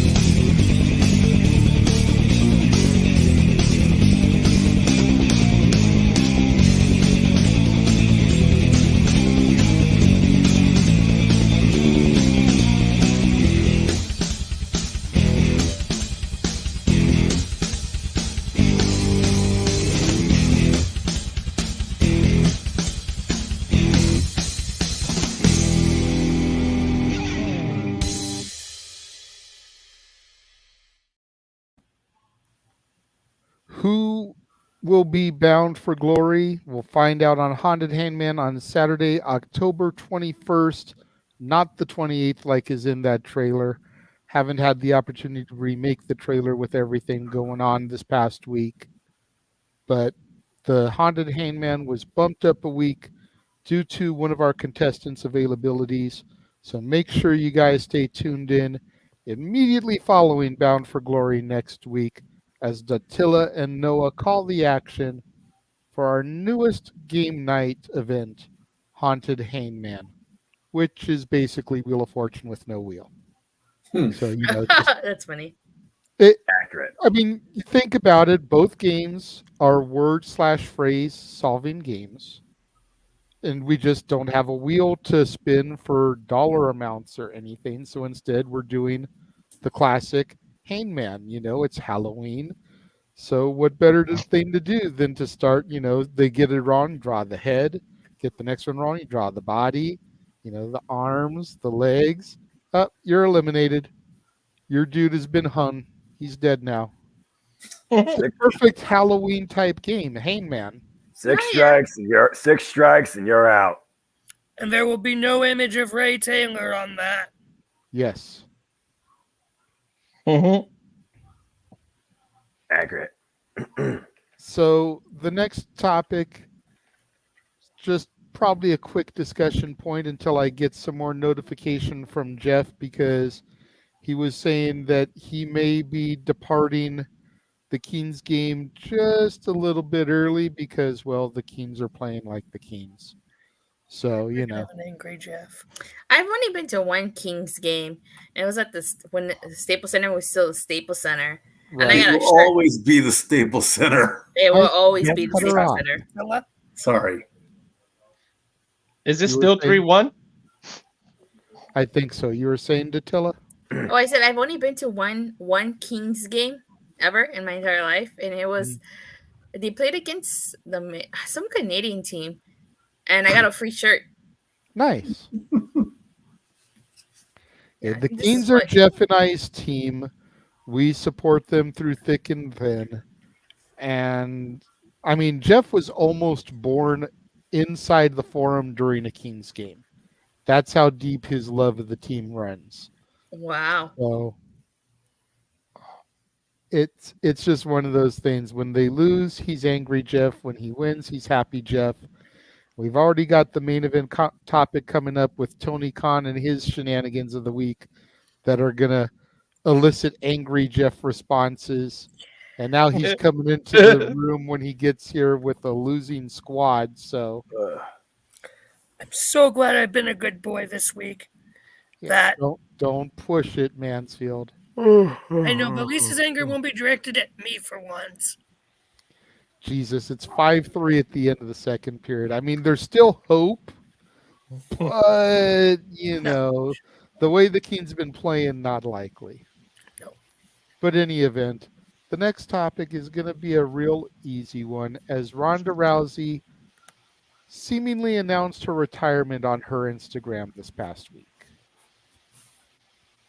You know, she's no longer going to be fighting in UFC. She's not going to have a WWE comeback. She's done. She's home. And she's going to be mama. And I know that there's some people in the chat room, right, Emmanuel, who aren't the biggest Ronda Rousey fans in the world, that were right there on that train booing her out the building. But at the end of the day, I enjoyed Ronda.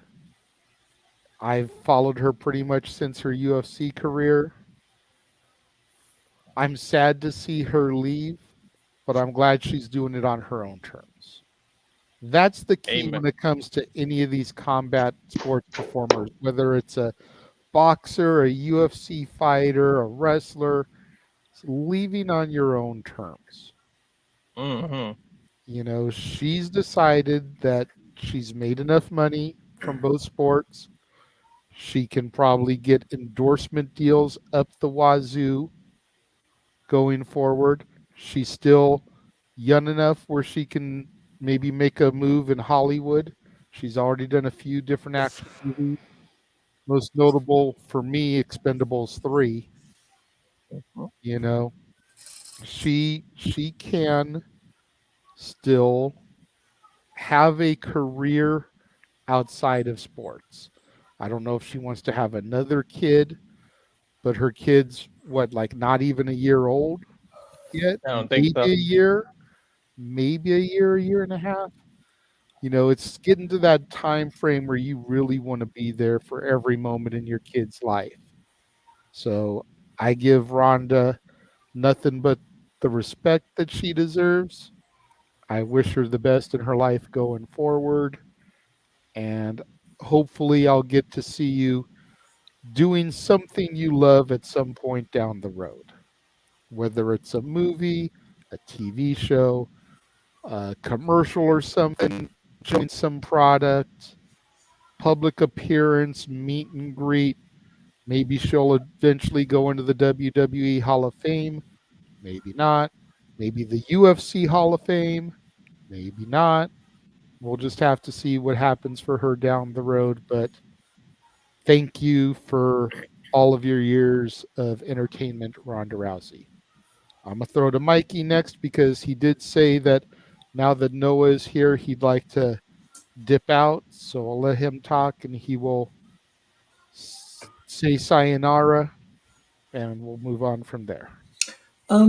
Yeah, I was okay with Ronda being in WWE. I loved her career in UFC because everybody wanted to see her snap somebody's arm off. That's just the way it was in UFC. It's like that was her thing.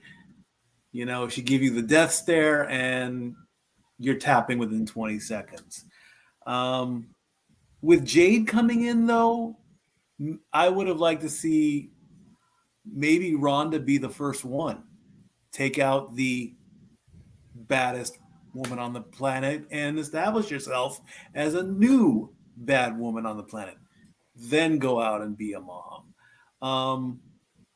I also would have liked her maybe do the traditional boots in the middle of the ring or shoes in the middle of the ring, however, or take off the judo gi with the belt and put that in the ring. That would have been nice to see. Doing it on Instagram, doing it on social media kind of rubs me the wrong way. Say goodbye properly. It doesn't have to be grand like Undertaker did. It doesn't have to be Triple H even put his boots in the ring when he decided to hang it up. But putting her in the WWE Hall of Fame, sure, why not? She was one of the most dominant and almost, if not one of the longest Raw champions. I think she went like almost a calendar year, if not longer. But yeah, if she wants to be a mom and do that, more power to you. Just enjoy it and pop up once in a while so everybody can see you, because that's just the way it should be. As far as taking my leave and all that, make sure you guys come into the sports bar this Tuesday at our regular time, 7 o'clock Eastern, 4 o'clock Pacific. Dory Lou and I will be ready to give all the week 6 info that was taking place.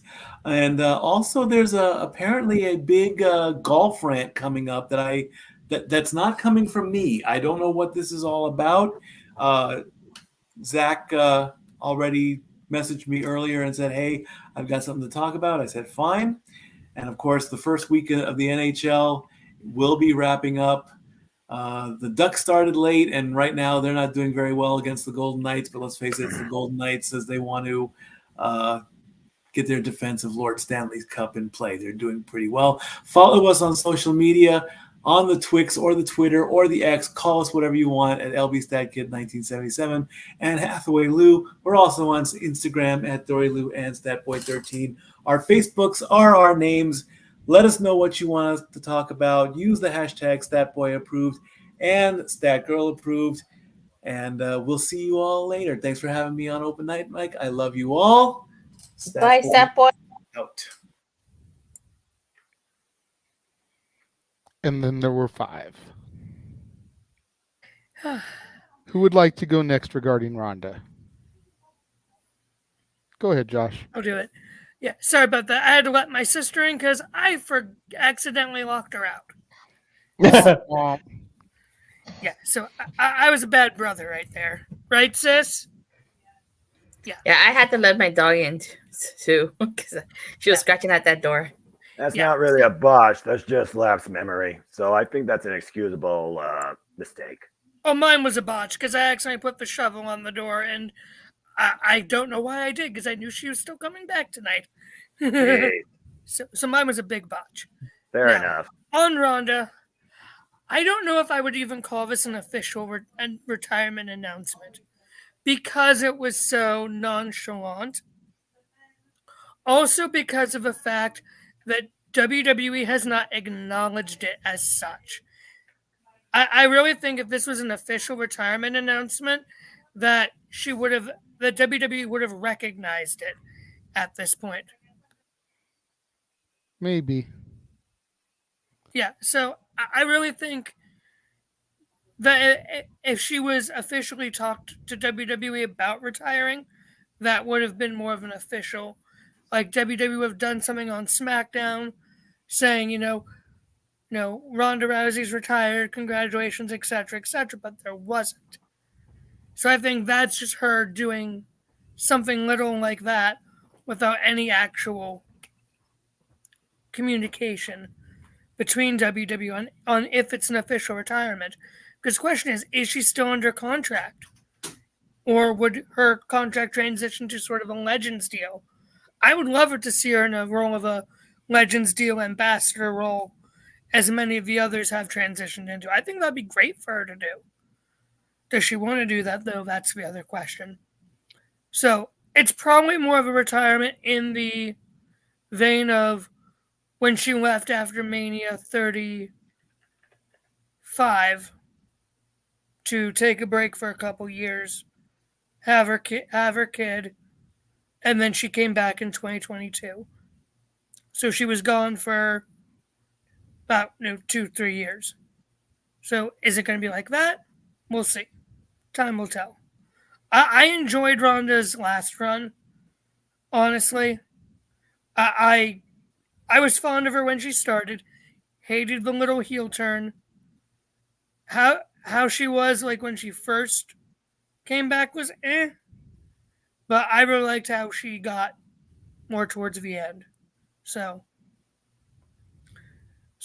if it is goodbye, thank you, Ronda. You were not as much appreciated as you should have been. But you are the baddest woman on the planet for a reason.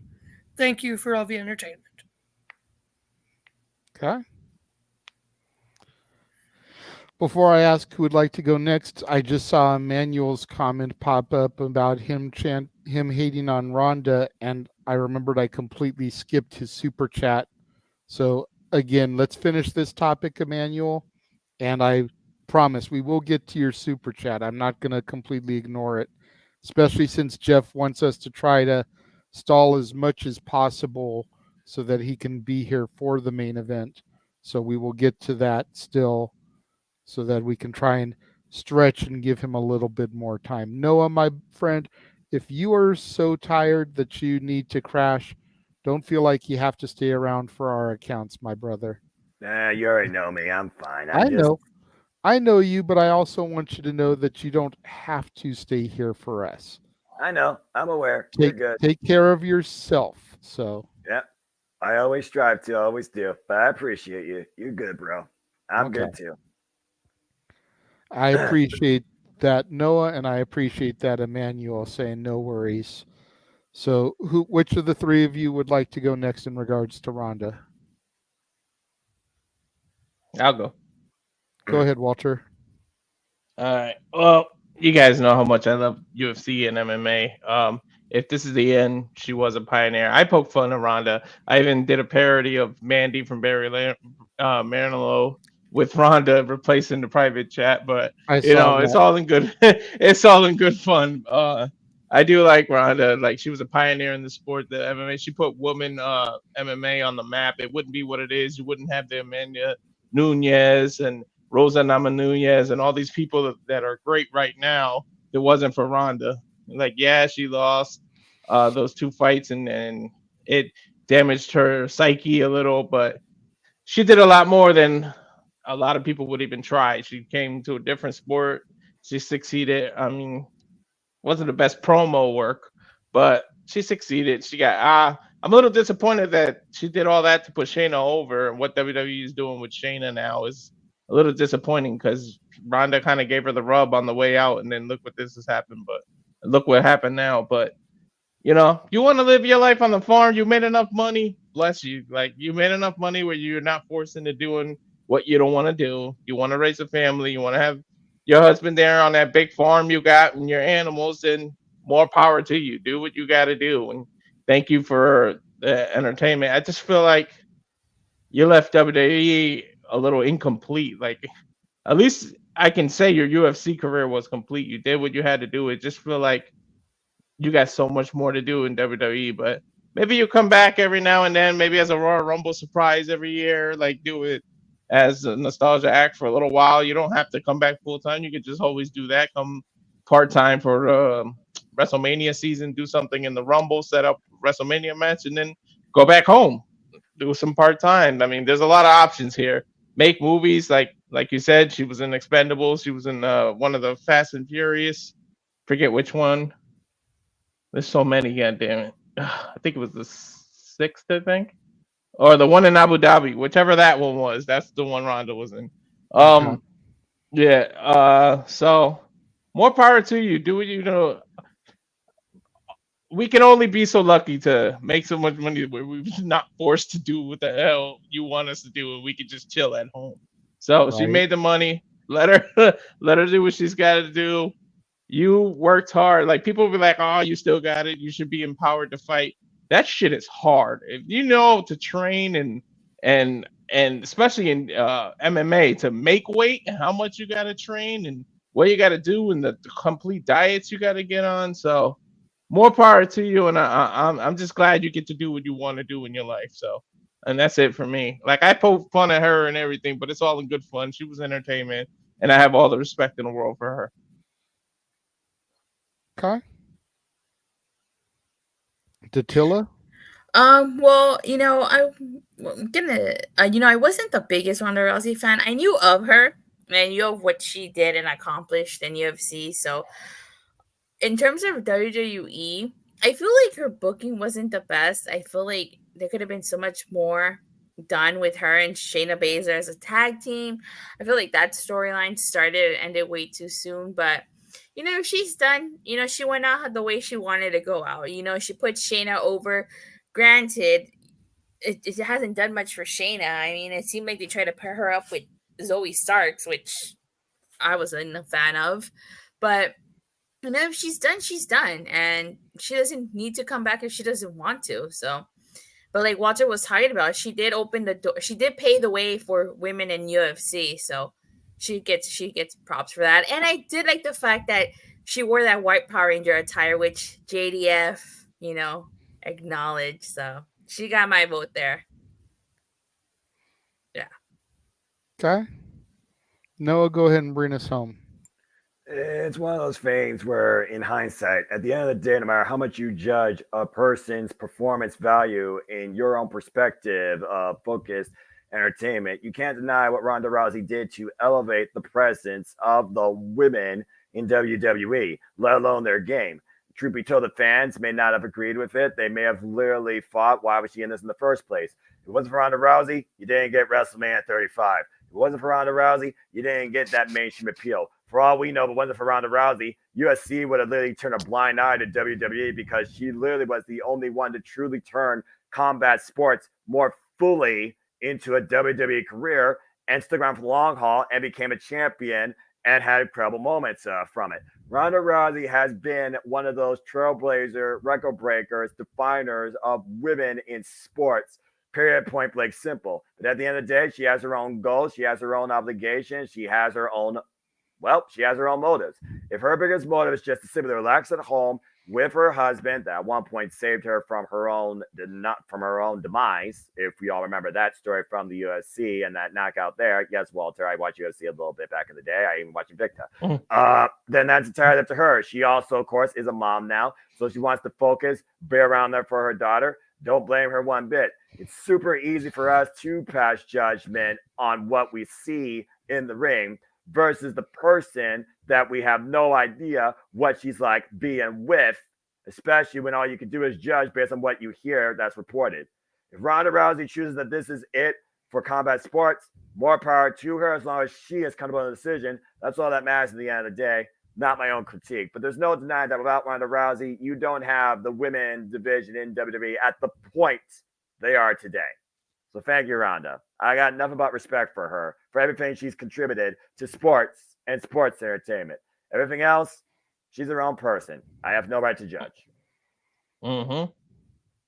It's fair. Simple and fair. You said it best, JJ. When you get to go out on your own terms, that's the best way to do it. Damn right. All right, let's go ahead and we'll get to Emmanuel's super chat here. He had sent in a $5 super chat. Says, "What do you think of the controversy with Virtue? Was he right with the Jewish MJF storyline or wrong?" Let me just say right here, we are not going to address what happened on the review on Wednesday night. We've been asked not to talk about it in great detail. That is between Virtue and Aaron Rift, is the owner of the No DQ YouTube channel, and the party that was involved on the review. We are not here to pass judgment or to get involved with that. But as far as the MJF Jewish storyline goes, as a whole, I do question the judgment of approving it at this time, considering everything that's going on in real world, right now. I think that if what is going on wasn't going on, it would be a completely different story, if that makes any sense. I'm not even going to really address what is going on because I don't watch the news. I don't know all the intricacies. I just know that there's I think it's a genocide basically that's going on over there with a bunch of Jews getting killed, and it's just bad timing. Good God. It reminded me a lot of the Muhammad Hassan London bombing thing that happened on SmackDown a while back. And he was on a roll. He was getting pushed as this top heel. Muhammad Hassan is one of those great what could have been heels because he had the ability. He had Daivari in his corner, and he was just on a hot streak. And then the London bombings occurred, and it was people like the type that he was portraying on television, and everything just fell to shit for him. If you believe the rumors, he was supposed to win the world title from Batista, so they were behind him. And it just a bad deal for him, and I don't want this to turn out to be that for AEW. And again, had this happened any other week, I don't think it would have been as big of a deal either. But with Tony Khan being the way he's been on social media since Monday night, and then for this segment to occur also, I think makes it kind of like a 1-2 punch, as far as what were you thinking, or were you even thinking? And some people, you see Josh shaking his head, some people may think that he wasn't thinking. But we can't say that. We're not backstage. We don't know. But poorly timed storyline, and I think I'm just going to leave it at that. That way I don't go too deep into stuff. It's got nothing to do with being a snowflake. It's got nothing to do with religion or being a religious person. I told y'all on the Christmas karaoke last year, Walter, you weren't around for that one, nor were you, Datilla. I am not a huge religious person. I don't go to church. I won't say that I don't believe in God, but I don't really, practice faith. So I'm probably the wrong person to have in this fight, but I can recognize poor timing when it comes to it. And the irony of having said all that is, despite my lack of faith, my lack of religion, Christmas is my favorite time of year. And what is Christmas? It's the celebration of the birth of Christ. So the double standard there is not lost on me whatsoever. Good to know. But it is kind of ironic when you really get right down to it. But yeah, I'm just going to leave it at that. It's just poor timing. And again, if what was going on in that part of the world wasn't happening, I think everyone would be less critical. If it didn't happen on the same Dynamite that was going to war with NXT when Tony was already being more than vocal, and again, that's our main event, folks, so buckle in, go get your drinks, and go potty while you can. I think it might have been reacted to differently. But when you put the factors together in the pot of chili, I think it became kind of a bad situation. Left a bad taste in people's mouth.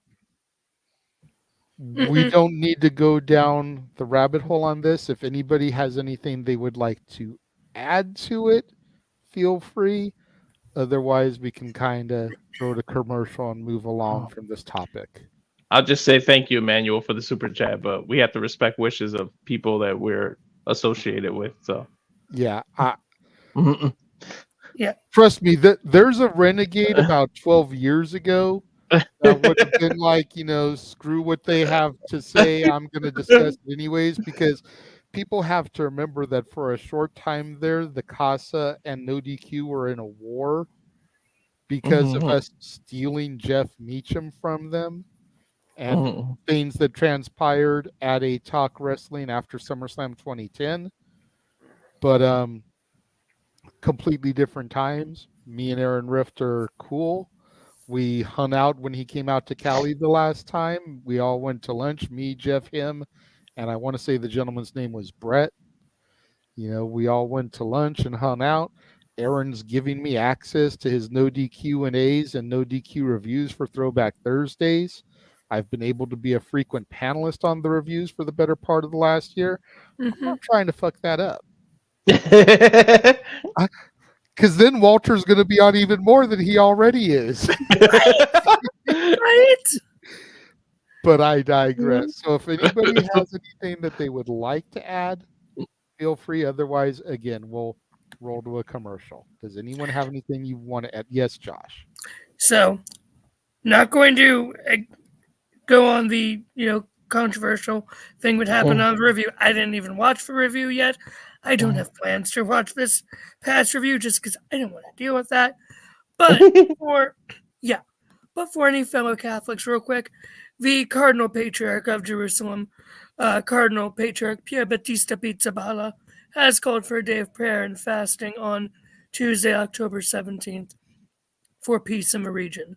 Just a heads up if you have not heard for that. So for those who are religious, like myself, like Mr. Noah Foster up there, I encourage you to do that on Tuesday. But so that's it from me. Okay. Anybody else? Okay. Then we're going to run a final commercial here before we get to our main event. Stay tuned, everybody.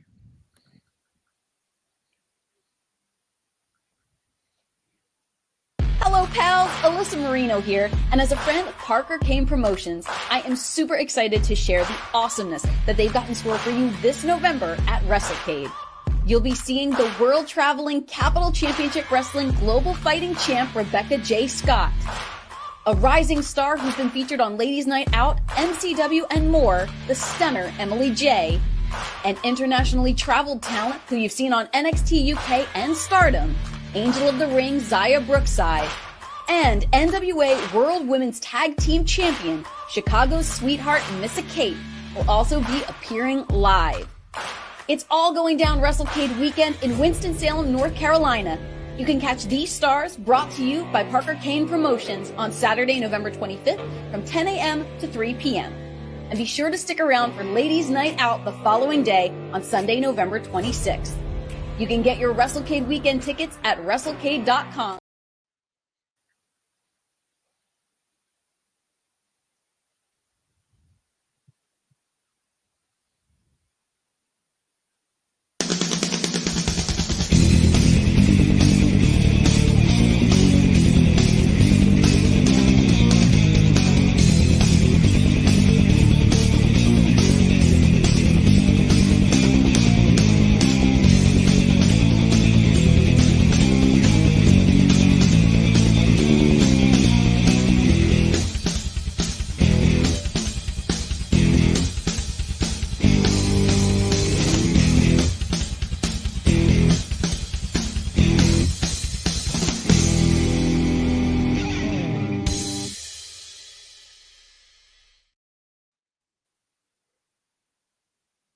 All the wrestling, all the wrestling, all the wrestling, all the professional wrestling.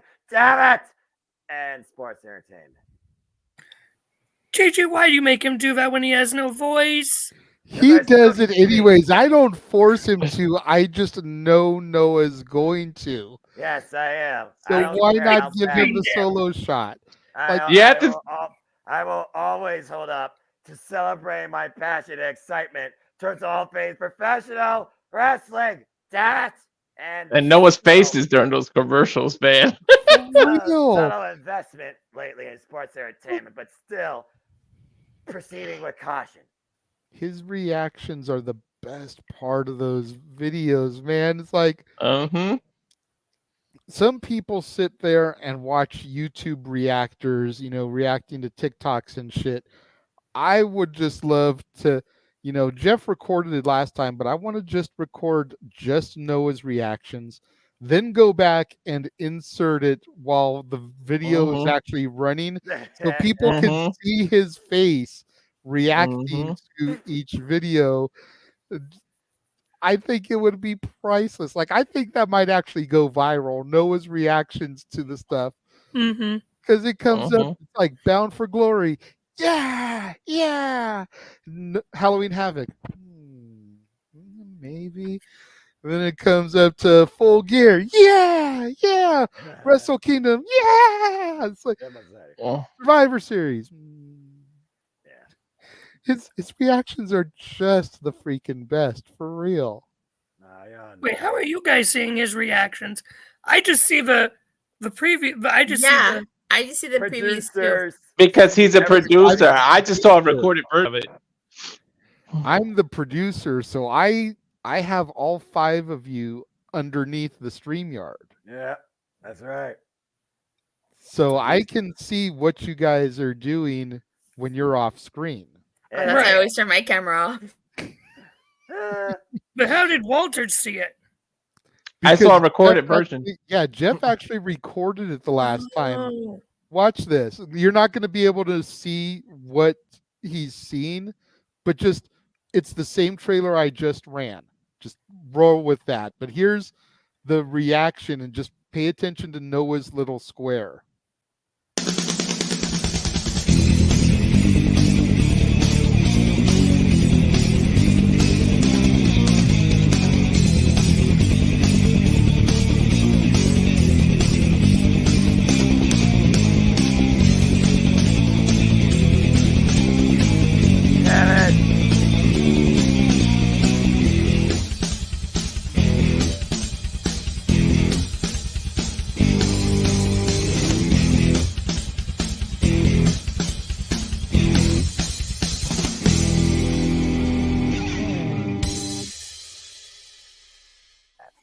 All the wrestling, all the professional wrestling, damn it, and sports entertainment. That was perfect. That was funny. Yeah. That was funny. That's what me and Jeff see every week when we run that trailer, is we see Noah reacting like that. Thank God I got a haircut looking at that, man. And it just gets us even more hype because of Noah's passion to all the products. And he even said here earlier when we were talking about the Triple H Vince thing, WWE's PLEs have been better this year. So while he sits there and he's doing this whole thing like, yeah, maybe not, you talked to Noah a year ago, and dude didn't want to do anything that wasn't a big 4 for WWE. He was like, fuck that bullshit. Yeah, it's But accurate. when I sat down in the seat next to him and James stepped away from WWE, my energy, my passion for the WWE and the NXT product got him more energized for it. And he's done the same with me when it comes to AEW. No, it made me watch it. More hype and everything for it. So we've had that contrast in each other where we've brought out the best when it comes to the products that we're most passionate about, because he's a tried and true all elite wrestling fan. When we used the old studio on my side of things, we had a graphic that said Noah Foster is all elite. I'm a WWE guy. And we bring out the best with each other because of the dichotomy, and it's so great seeing his reactions in those because it's a genuine, pure reaction because of his love and passion for what, Noah? Professional wrestling. Damn it! Sorry, I shouldn't have made you do that, but you're the only one that can do it, right? But he digresses. I'm always going to stress myself to do it. And Noah, how close are you to this being your NXT again? A lot closer than the last NXT PLE. No Mercy up to this point is the best PLE NXT base because they're not takeovers anymore, so can never hold them up to that. But NXT No Mercy is the best PLE produced by this era of NXT since it became white and gold. That's everything you need to say about that right there. And And then the how's TV broadcast this Tuesday was just as good. Yep. I watched some of it. It was fun. I know. I watched your review, Datilla. I watched your review on both shows. I've been watching NXT since Becky won the title. I've been watching it every week. In my head, I was thinking, I was like, this is for JJ, Chichat Gaming, and everybody else has been trying to get me to watch NXT. Yep. I was waiting for you to shout me out on the show, legit. When I went back and watched it. I will say this, and take it as constructive criticism. I swear I'm not trying to be mean, but the dude that was on the show with you was he came off as like so flat. He had like no enthusiasm to him regarding either show, really. That was the one thing I noticed is like you got this energy, even when you're talking about something you don't watch all the time, like NXT, you got this energy you're trying to get across, and he's just like, yeah, it was a thing, it was a show. Well, to be fair, he is still very new to podcasting, so okay, that's fair. I didn't know that because the way he was set up, it looked like he had been doing this for a while. No, that was actually the first time he was using that screen. He actually got it. Okay. Because we were going to do the show. But yeah, he's still fairly new to podcasting, so he's still learning. So hopefully he'll open up over time. But yeah, that was the one thing I really noticed was like it was like the funny man, the straight man, in a comedy team, like legit, I hope I was a funny one. Yeah, of course. You're the one with the personality. You were the funny. He was just like the straight man. JJ, Jeff must be sweating bullets. It's 5-4 now. King scored again. Hey, that's good. I have a tracker up. There's 2 minutes left, so it still can happen. Kings can tie it up. They can go to overtime, which means it's even later that he's getting out of there. But it happened. We'll still happy. I apologize for the cat butt. That's fine. You did press the topic in the private chat to try to stall just a little bit longer. I'm perfectly fine with that. Since it's a topic you suggested, why don't you go ahead and lead the conversation on it? Who? Datilla. That was her. Me? Was that me or was it Josh? you? I thought it was Walter. No, it was Josh. It was Josh. What are you talking I about? brought up. Oh, yeah, because I saw the one about Punk. I didn't see the one about Del Rio. I thought that was you, Walter. My bad. Go ahead, Josh. Go ahead, start. I'm confused. Certain wrestling journalists or certain wrestling writers have claimed that they have been told by higher ups within WWE that CM Punk and WWE are not in negotiations whatsoever. There are no talks between them. And that WWE specifically does not want fans to get their hopes up and be disappointed at Survivor Series. Other companies other writers are saying the exact same thing. Specifically, the one whom I'm named after. Yes. Are also saying similar things, which at the end of the day, and I posted this on Twitter, makes sense.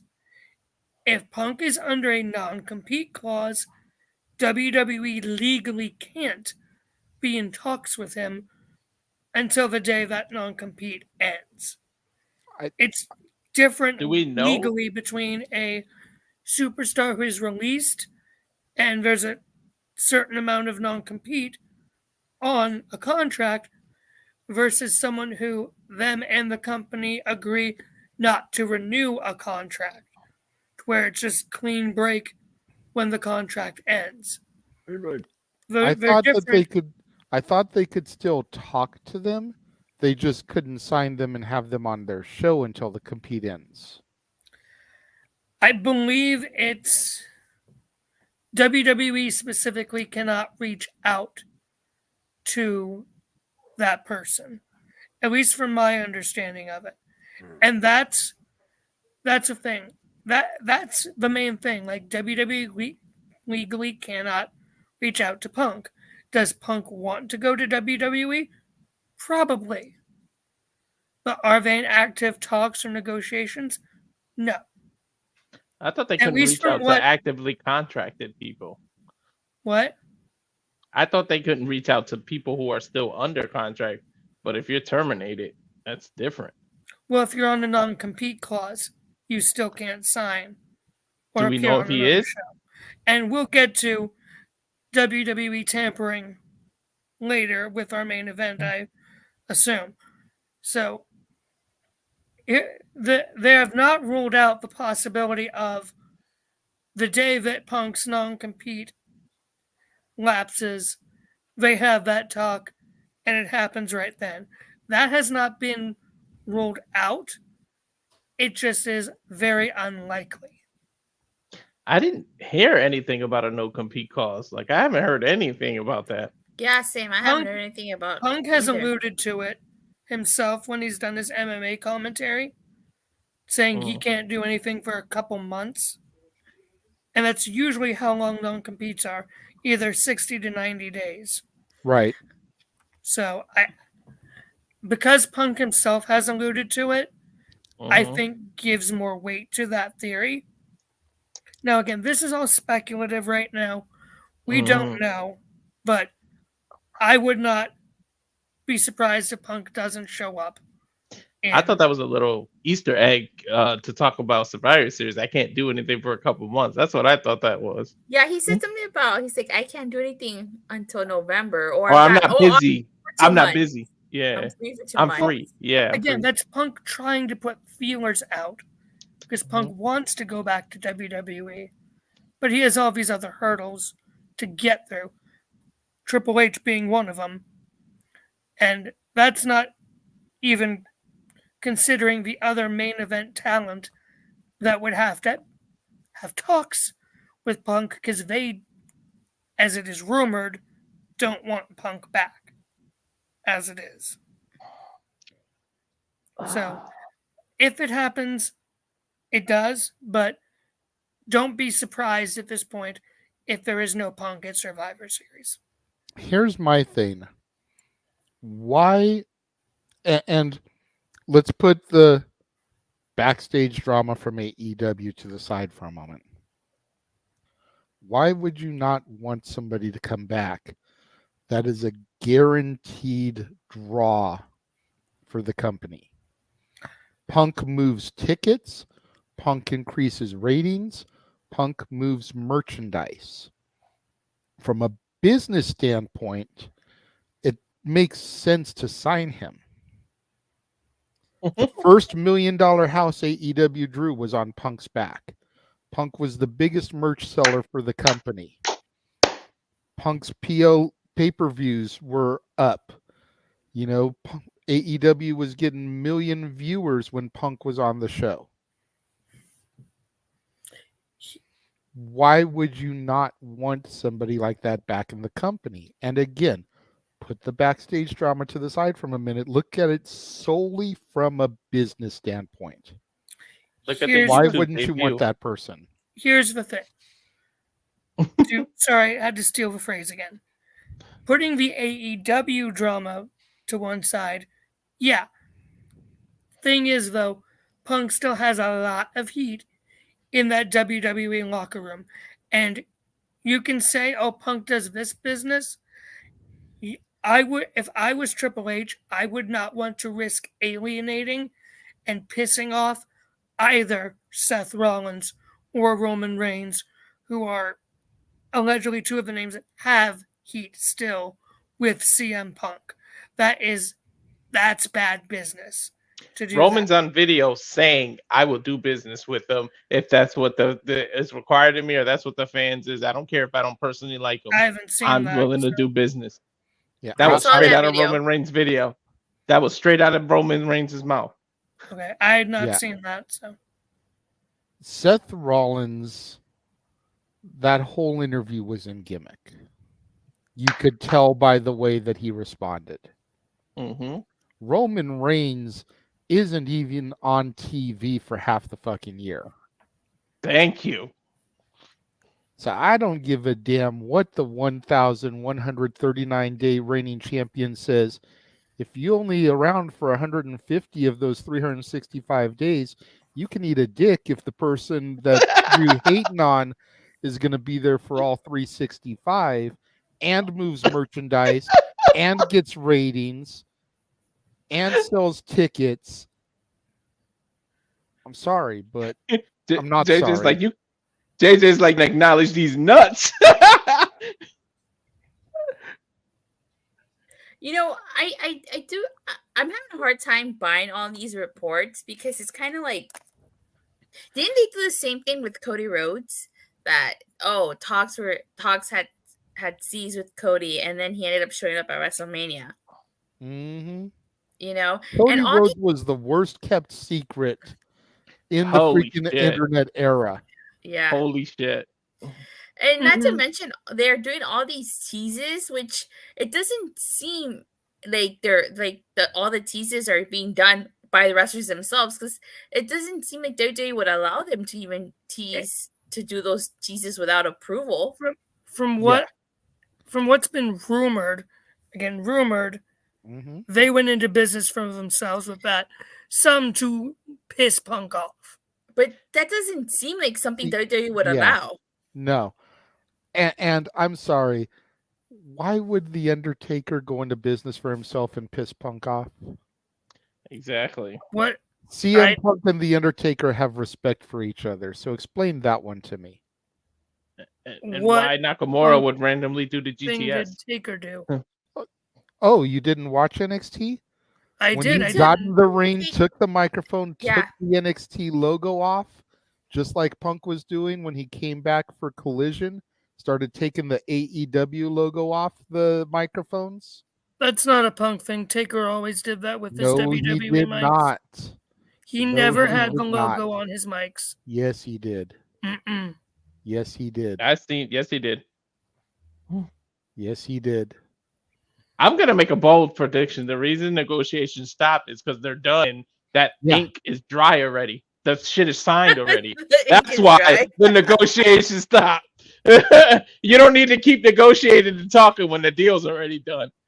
No, if there's a non-compete, there can't be any negotiation. Well, if there isn't, I will say this. I will say this. I think a lot of people are expecting Punk to show up at Survivor Series, and I think that if they hold off and he shows up at Royal Rumble, because we've gotten a few wrestlers re-debuted or debuted at Royal Rumble, I think some people would be disappointed if he doesn't show up at Survivor Series. So I feel like they would probably debut him at Survivor Series if. Sometimes they might not want to do what's so obvious. Maybe that's sometimes they don't want to do the obvious, but yeah, if he really is signed and you're in Chicago, that's got to be the loudest pop you can possibly do. I would just do it, but I'm trying to think what would be a more louder pop, him in Chicago or him coming back in the Royal Rumble. I don't think we're ever going to get Chicago, hands down. Yeah, Chicago. My personal opinion is what? No, go ahead. I thought JJ was saying something, but my personal opinion is we are not getting Punk in Chicago because he is not signed. He's not going to be signed because WWE has no interest in signing Punk, and apparently have been vocal about making sure the fans know that, so that way they don't go, oh, we're waiting for Punk. It's like, we don't have Punk. We don't want Punk. But So wasn't it also my reported prediction that is it was? my Wasn't it reported that it was Vince that didn't want him, not WWE in general? It's been WWE in general from what I've seen, Oh, but okay. again, that's what's been reported. Now, so my bold prediction is there will be no Punk, and people who are like, oh, like they signed Punk, it's like, no, like, sorry. So that is my prediction. If anyone wants to make a bet with me on that, I'm for it. Considering that I lost my last bet, I'm not making any more bets with anybody. I won my last bet. I'm not doing Jeff. that. You know who I lost my bet to? Hmm? I lost my bet to my own mom. It is. Yeah. I won my bet with Jeff thanks to CM Punk. So what happened with that was at Fastlane, my mom bet $20 on Cody and Jey Uso winning. And I was like, there's no way they're gonna win. The Judgment Day's gonna retain. And because she's on YouTube, she was like, she has YouTube on her app. Sometimes she's watching like wrestling stuff. So she showed me a video. She's like, you see, it's Cody has the titles. I was like, Mom, that's fake. Like, you know, and lo and behold, they ended up winning. And apparently I owed her $80 instead of $20. Mm-hmm. Yeah. I lost my last Cody bet, which was to Virtue for WrestleMania 39. Lost $100 with that. Blast it. So yeah, I'm not taking any more bets or anything like that. Mm-hmm.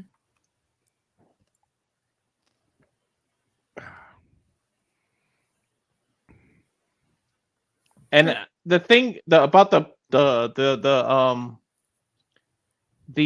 reactions is in Chicago, you get to milk it. And you get to like stand on the top of the stage for a little while before you make your way to the ring. The Rumble, they got to keep it going. It's timed this way, and he won't get be able to react the same. Maybe if you only got one guy in there that he has to eliminate, but he'll take more than the whole 2 minutes, and then the buzzer is going to go off again, and whoever's behind him is going to come in. So if you're going to do it, you got to do it. For the Rumble, it would only work if he was 1, 2, or 30. Yeah, exactly. Yeah, that's true. My thing is like that means that if he is coming back and if he is debuting at Survivor Series, I would think that Rollins would main event over War Games if it is Survivor Series War Games, because you don't want to have him debut at the beginning or in the middle of the show. You want to have that close the show, wouldn't you? Yeah. Yeah. So 4 games main events, clear as day. Unless he's just gonna attack Seth Rollins, like it's gonna be one of those debuts where he's debuted as a hooded figure and attacks Seth Rollins and then takes off his like mask or something. But I don't see that happening. I don't know. I just don't think WWE, like you just said, would allow all these teases without having them pretty much in the back pocket. Like they're too smart for that. Mm-hmm. I'm sorry. Like I know that Josh. I know you are a huge anti-Punk person, and if you don't believe me, for those of you out there watching, go read his latest NoDQ.com article. Yeah, thanks, Walter. Give you a little shameless plug there, but thank you. It just makes business sense, bro, and I don't know how you don't see it. You know, you sit there talking about the WWE has no interest. They're definitely interested. Now, is there a liability? Absolutely. I will concede the fact that there's a little bit of a liability in re-signing Punk. Punk has proven to be a volatile situation. But at the same time, Triple H, Nick Khan, to a lesser extent, Vince McMahon, aren't going to tolerate that bullshit on their watch. They won't. So you bring them back, you sign them to a 1-year probationary contract, and you fuck up, you're gone. Exactly. You could put that right in there. But if he can prove himself, then you give him a 2-year extension at the end of the year, or a 3-year extension at the end of the year. whatever. Give him an end-up 5-year deal with the company. Let him finish up his company. I mean, there's money to be made with Punk. It sure is. It's like walking away from $1 million pot when you're playing poker for no reason. Like WWE is not going to leave all that money on the table. Hell no. Punk and AJ, yes please. Punk and Gable, yes please. Punk and any member of Imperium, yes please. Yep. Punk and Rollins? Yeah, Punk and Rollins, yes please. What about Punk and Cody? Yes please. Yes please. Punk and Roman, Punk and Solo, Punk and Jimmy, Punk and Jay, yes please. Punk and Finn Balor. Yes please. I'll just say this Punk one because I know you and guys Dominic.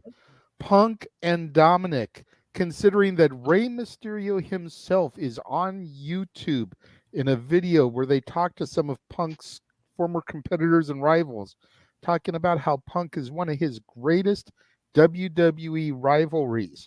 Punk and Dominic Mysterio, yes please. Even though I don't want to see the guy back, like I said, if he proves himself to me, then okay. But he's got a long way to prove himself. Yeah, don't know if I go that far, but I know one you guys definitely want to see, and I just want to say the other guy's name because it's so much fun. Punk and L.A. Knight. Yeah. Yeah. But I digress. No, thank you, Punk.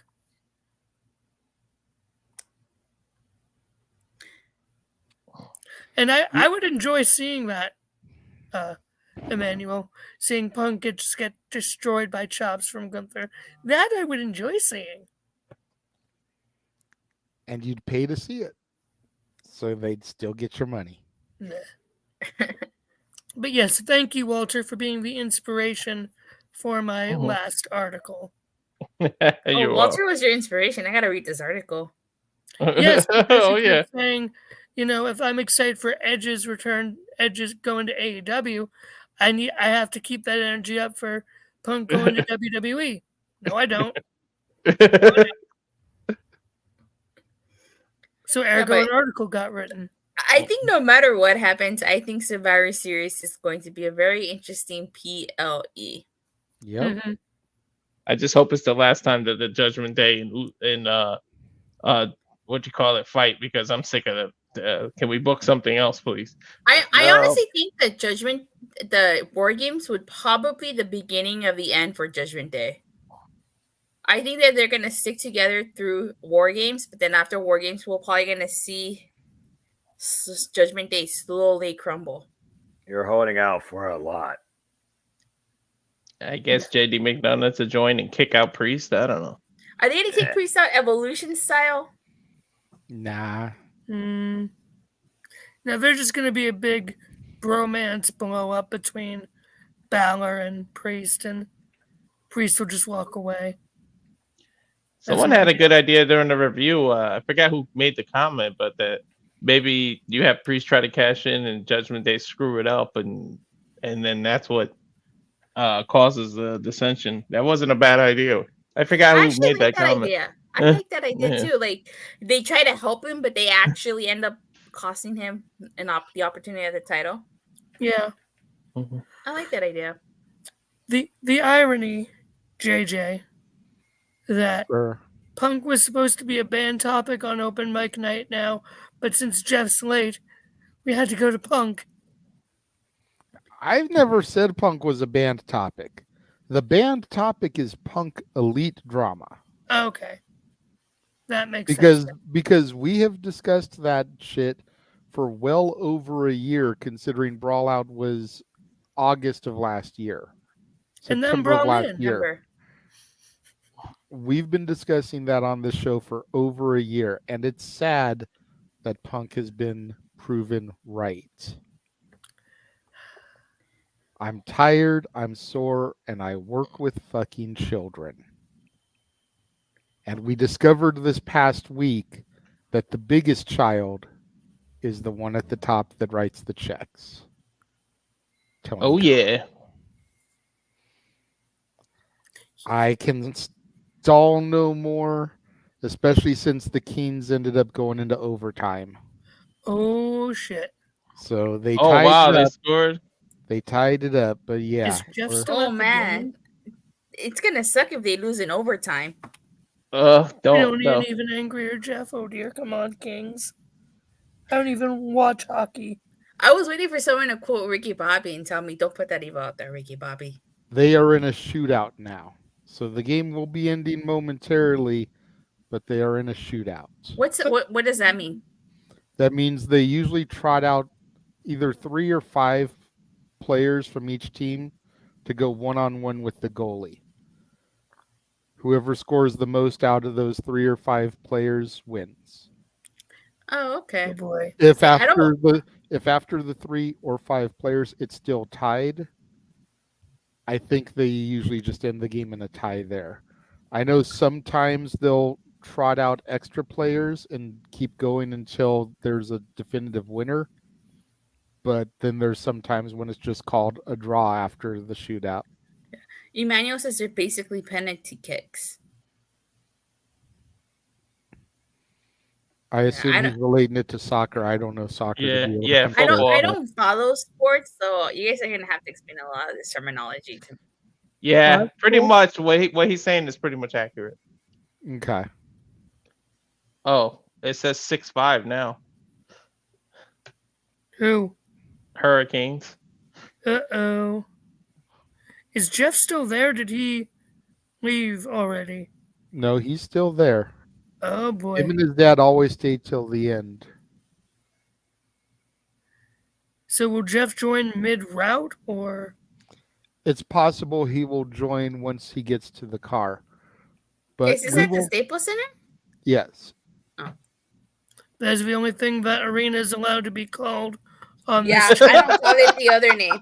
I never call it the other name. I Because mean, screw that other it's name. it's Halloween season, so calling something the Crypt during Halloween time kind of makes sense. But yeah, it is, and will forever be known to us as the Staples Center. It will Amen. always be the Staples Center. And I'm not a California guy. I just always knew it as the Staples Center.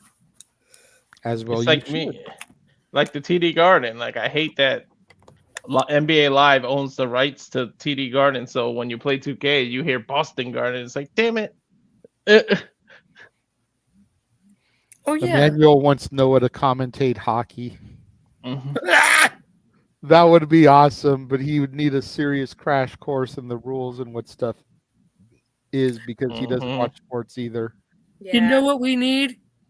We need for Ohio State versus that state up north this year on either Stat Boy or Greg's show. Myself, Noah, and probably Jeff just all watching the game and just screaming and doing commentary on the game. No, Josh, you know what we need before We we do not get need to into the believe in main Joe event. What we need before we move on to the main event topic is a friendly reminder that next month we will be getting some more content for Noah. That's what I call music. Yes. Now that's what I call open mic night. And Noah, that's what I call slow jams. Exactly. Because That's a I nice have picture. more karaoke in store for Noah now. And he has no voice to even protest at me right now. And I love it. Don't think that. Noah will find that fire, boy. I'm looking, I'm not seeing anything, so You are being ignored for a reason. I know. Don't And I'm push loving that I your can luck, get away Josh. with it right now. Oh, you know how like at the beginning you guys were talking about like people like the wrestlers you saw after the show? Like the way I met Anthony Bowens was like so it wasn't at the bridge, but it was like in that little over. I don't know if anybody's ever been to San Francisco, but it wasn't like at the bridge. It was that little place where you can see the bridge. So I was walking back up and he was walking down. I was like, Anthony Bowens, and he scissored me. And I was like, but I didn't want to be that fast. I kind of just like left and carried on my way. Datilla got scissored by Anthony Bowens. That's the tweet of the year right there. Yep. I got scissored by Daddy Ass too at WrestleCon. There you go. Hey, the only scissoring I do is with the guy below my name. I asked him, I was like, can you Meltzer? scissor me? And he's like, No. I've been scissoring people all day. Daddy lost.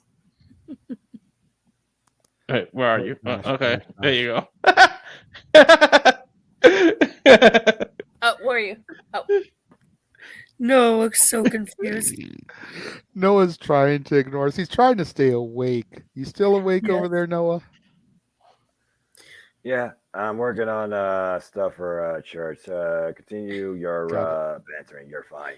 So Fed brought up earlier that the next time WWE and AEW are going to go to war would be on November 17th. It's SmackDown versus Collision.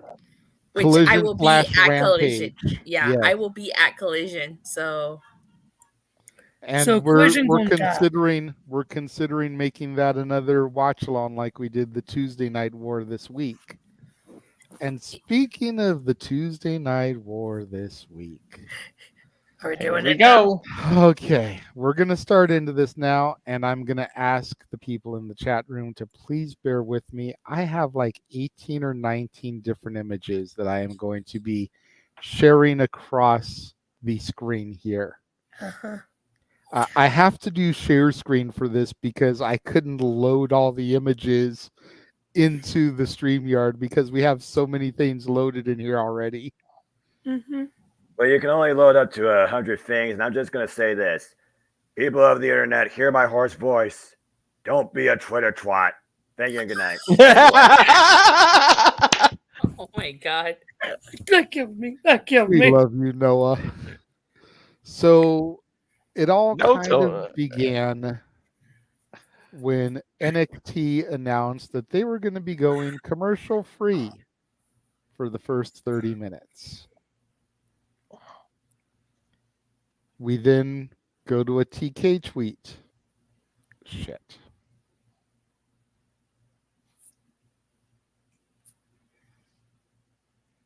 I'm probably going rerow, but my signal's going down. You're okay still. Yeah, Okay. you're okay. I can hear you just fine. Okay. Yeah, I can hear you. And I see your screen. Okay, so we went to a TK tweet, and he then announced that Dynamite would have the first 30 minutes commercial free as well in order to compete. Then TK replied with this. Okay, you want to be a dick. Somebody else replied, we not watching, bucko. Tony then shared this gif from Roderick Strong. Okay, we won't see you tomorrow night for Title Tuesday then. Who gives a fuck? Then this guy, Agus, quote tweeted it saying, if Sir Vince McMahon said this, there would be many failed AEW fans crying nonstop at Furious. To which TK replied, if Sir Vince McMahon said this, it would be the least of his alleged misdeeds. Now, before I continue at this point, this is where Jeff decided that he needed to intervene and call people out on their bullshit. Mm-hmm. That was fun. Because his initial point in all this is that if Vince or anybody from the WWE started doing this, people would be coming for a lynching. Ropes, torches, the whole nine. Mm-hmm. But Tony's able to get away with it. And people decided that they wanted to attack Jeff for defending a quote-unquote rapist. Jeff never defended Vince. Just made the point that if he had done this, people would be coming for him. Mm-hmm. If y'all want to see that video, go back to Jeff's archives and watch his, what was it, about a half hour, 45 minutes, Walter, on the air about it? Yeah, about 40. Yeah. Because he opened the StreamYard for Mhm. people that wanted to try and come at him on the air. Come on, debate me on this. Let's go. Nobody wanted to challenge him. They just wanted to call us fat double chin people. So he proved his point about how these people wanted to remain anonymous, hiding behind their computers. So we then move on from there. Haas of Wrestling. Triple H and Shawn Michaels look to send Tony Khan a message exclusive. Tony Khan's reply, I have a message for them. Bald asshole. Okay, that was funny. That was funny. We then go to the following day. The shows have aired. Everything is done. We're waiting for the results and the dust to settle. Tony Khan, thank you all who watched Dynamite. Blah, blah, blah.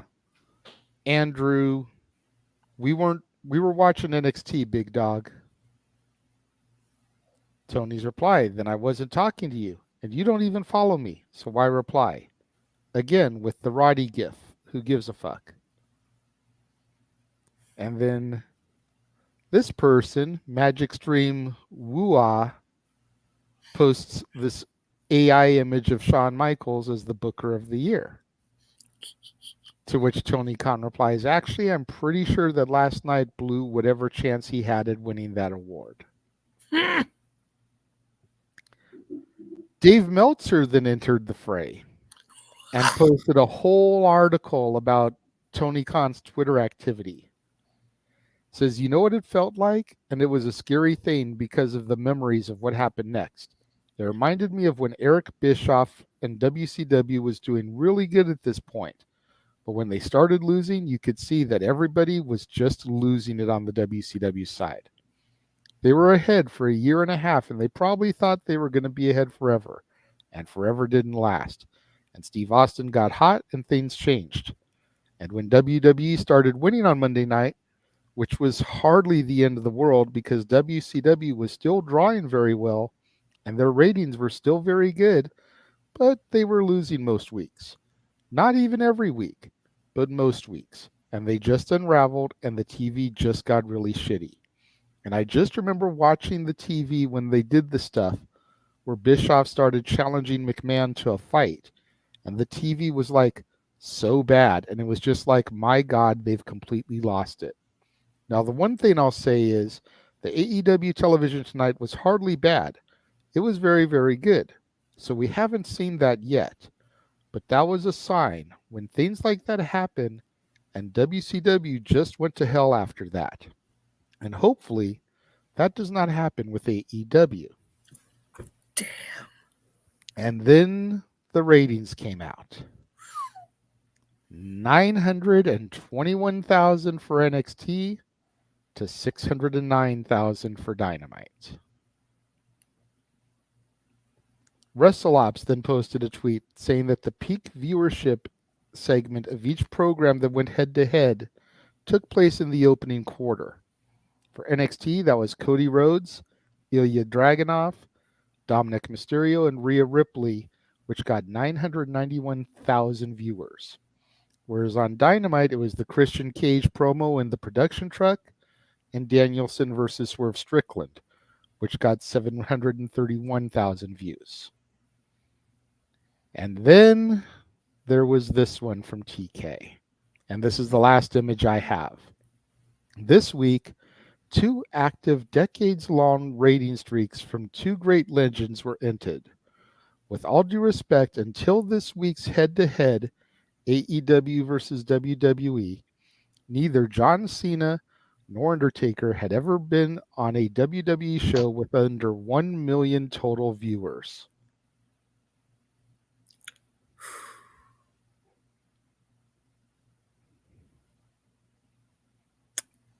You know who else has never been on a show with under 1 million viewers, at least until they came to AEW. I know. No, I know. no. I'm doing this, Josh. Okay. It's rhetorical, Josh. Chris Jericho, Bryan Danielson, Keith Lee, Adam Copeland, Christian Cage, Swerve Strickland, saying Adam Cole, baby. These guys that, you put all your stock in. Ex-WWE guys, by the way, Just throwing that out there. And then the part that I didn't see get touched too much throughout the entire week. AEW got skunked by a show that featured Brian Pillman Jr., Jade Cargill, and Cody Rhodes. Mm-hmm. All ex-AEW talent. Now. Oh, sorry.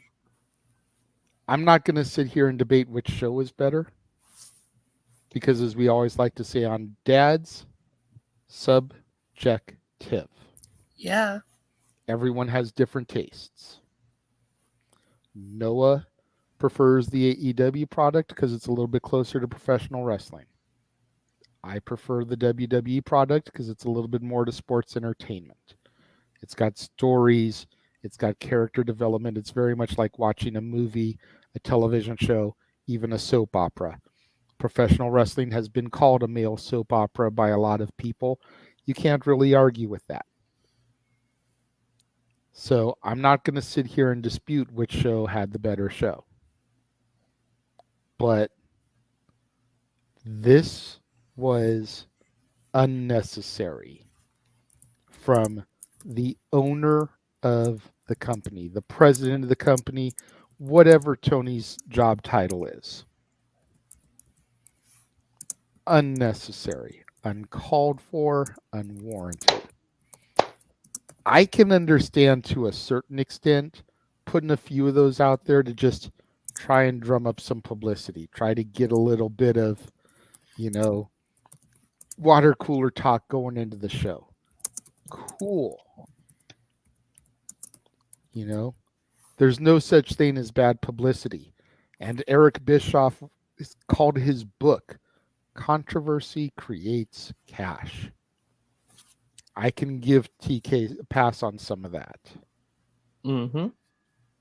But there came a point where he crossed the line.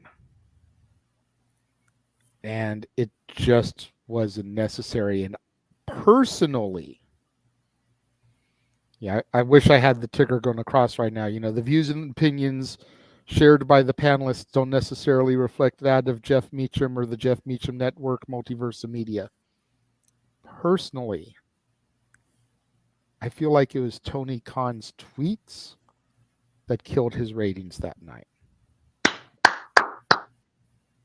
I think people tuned out because of what he was putting on Twitter. Or excuse me, I do have that graphic loaded in. Let me go to it real quick. Past it. There we go. The Twix.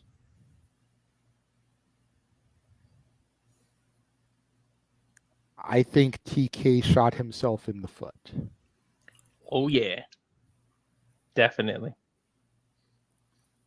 Both shows were outstanding. Both shows had high points. Both shows had low points. For match quality, Dynamite, in my opinion, was the better show. For story development and use of talent, I thought NXT was the better show. My biggest beef with Dynamite was the fact that they put the Tony Storm videos in picture-in-picture on commercials. How you going to do that with the hottest thing on your roster right now?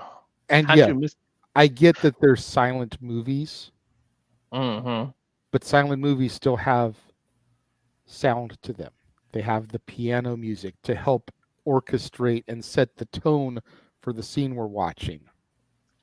Yep. I went back on YouTube, found them, and watched the videos in their entirety. Fucking gold from Tony Storm.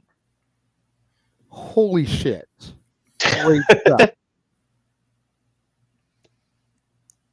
And they killed it by not even having the audio play for her silent movies. How'd you miss the whole happy birthday, Mr. President opportunity? If she's Marilyn Monroe, how the hell did you not do that? For real.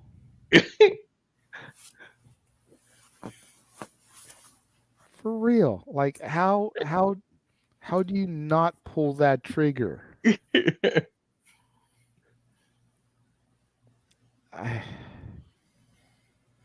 It was just a sad state of affairs, and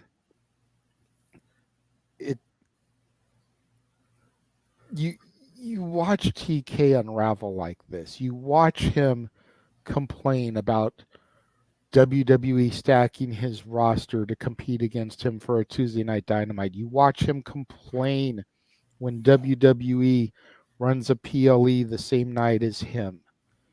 You know, you watch him bitch and moan and complain about how WWE supposedly tampered with contracts and how WWE is out for him. And then you add Battle of the Belts to the Collision the same fucking night as Bound for Glory. You hypocritical son of a bitch. That's not the first time it happens either. I know. It's the fourth time in 2 years that they've competed with a Impact Wrestling pay-per-view. It'll always be TNA to me. Me too, to be It's honest. the fourth time in 2 years they've done that to Impact. You hypocritical son of a bitch.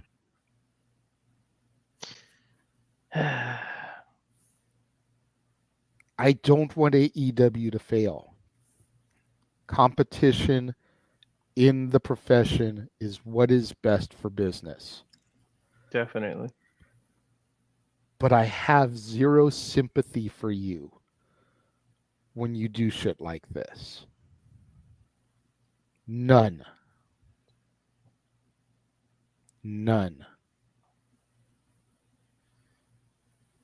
Adam Copeland, in his first main event for your company, barely cracked 600,000 views because of your petty, immature, childish bullshit.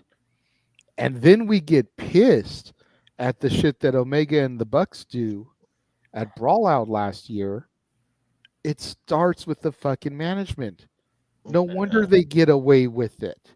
TK does the stupid petty bullshit. No wonder Jack Perry is still employed. TK does this stupid petty bullshit. No wonder Hangman is still a thing. TK does this stupid petty bullshit. When you know you can get away with something, you're going to do it. I'm tired. I'm sore. I work with fucking children. Who knew that when those words were uttered at Brawl Out, that CM Punk was talking about Tony fucking Khan himself? Mm-hmm.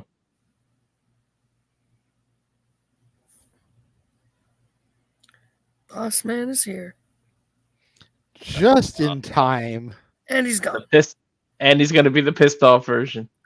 Oh. Just in time. Oh, the Kings lost? Yeah. 6-5. Yeah. How bad? Shootout. 6-5 in the shootout. Did you see my thing in the private chat, JJ? Hello, Jeff. You got here just in time. I just got done going through all of the tweets and everything and giving my dissertation on Tony Khan. I was just about to open the floor up to whoever else would like to comment next. But before I do that, let me go to Emmanuel's $3 super chat. Thank you, Emmanuel. I fear that AEW loyalists and Tony Khan are going to kill AEW. With his actions this week, I wouldn't put it past them. King Mike says, yo, Jeff. Safet says, JJ is right. Mansfield, I see your hand raised so patiently. Jeff, you will be very proud. He has been a good boy today. He really has. Go ahead. So, to echo Emmanuel's $3 super chat, exactly. I will say this because JJ said a lot of it. Tony Khan is a hypocritical, petulant child. He is a rich boy who thinks he can do whatever he wants and have no consequences. He's more like Vince McMahon than he cares to admit. Accurate. And I would not be surprised if Tony Khan keeps up how he is. And that's not even counting his tweets yesterday about how WWE was AEW talent were getting in touch with him while his mother was in the hospital about contract tampering. And that's when he made his vendetta to be completely mad, stay mad at WWE. That's not even counting those. All of his other tweets before then. I mean, now we have some basis for his personal vendetta against WWE.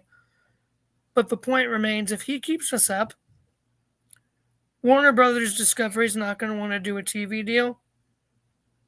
I could very much see them pulling the TV deal if he doesn't get his act together. And if that happens, because his papa ain't no fool. I mean, he owns the Jaguars, so he's a fool in that regard, but I digress. Yes, Jeff, hey, the Jags are doing well right now. Let's not shit on them too much. I have to. It's the Jags. How are the Browns doing compared to the Jags? Yeah, how'd you guys do last week? Hey, Save it for Stat Boy Sports Bar. We're talking wrestling here. Yes. I'm not shitting on the team anyway, so. Fair enough. So. Thank you for the super chat, Walter.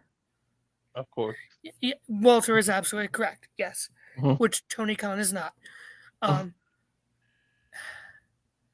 I would not be surprised if Shad, at the end of the day, sits Tony down and be like, knock it off, or I will pull my financial support from AEW. Because Shad's on the board or founding whatever, some major part of AEW, even though he's not ever there. Who is Shad? Because every time I hear Shad, I think Shad Gaspard, and I know he's Shad dead. Khan. Thank you.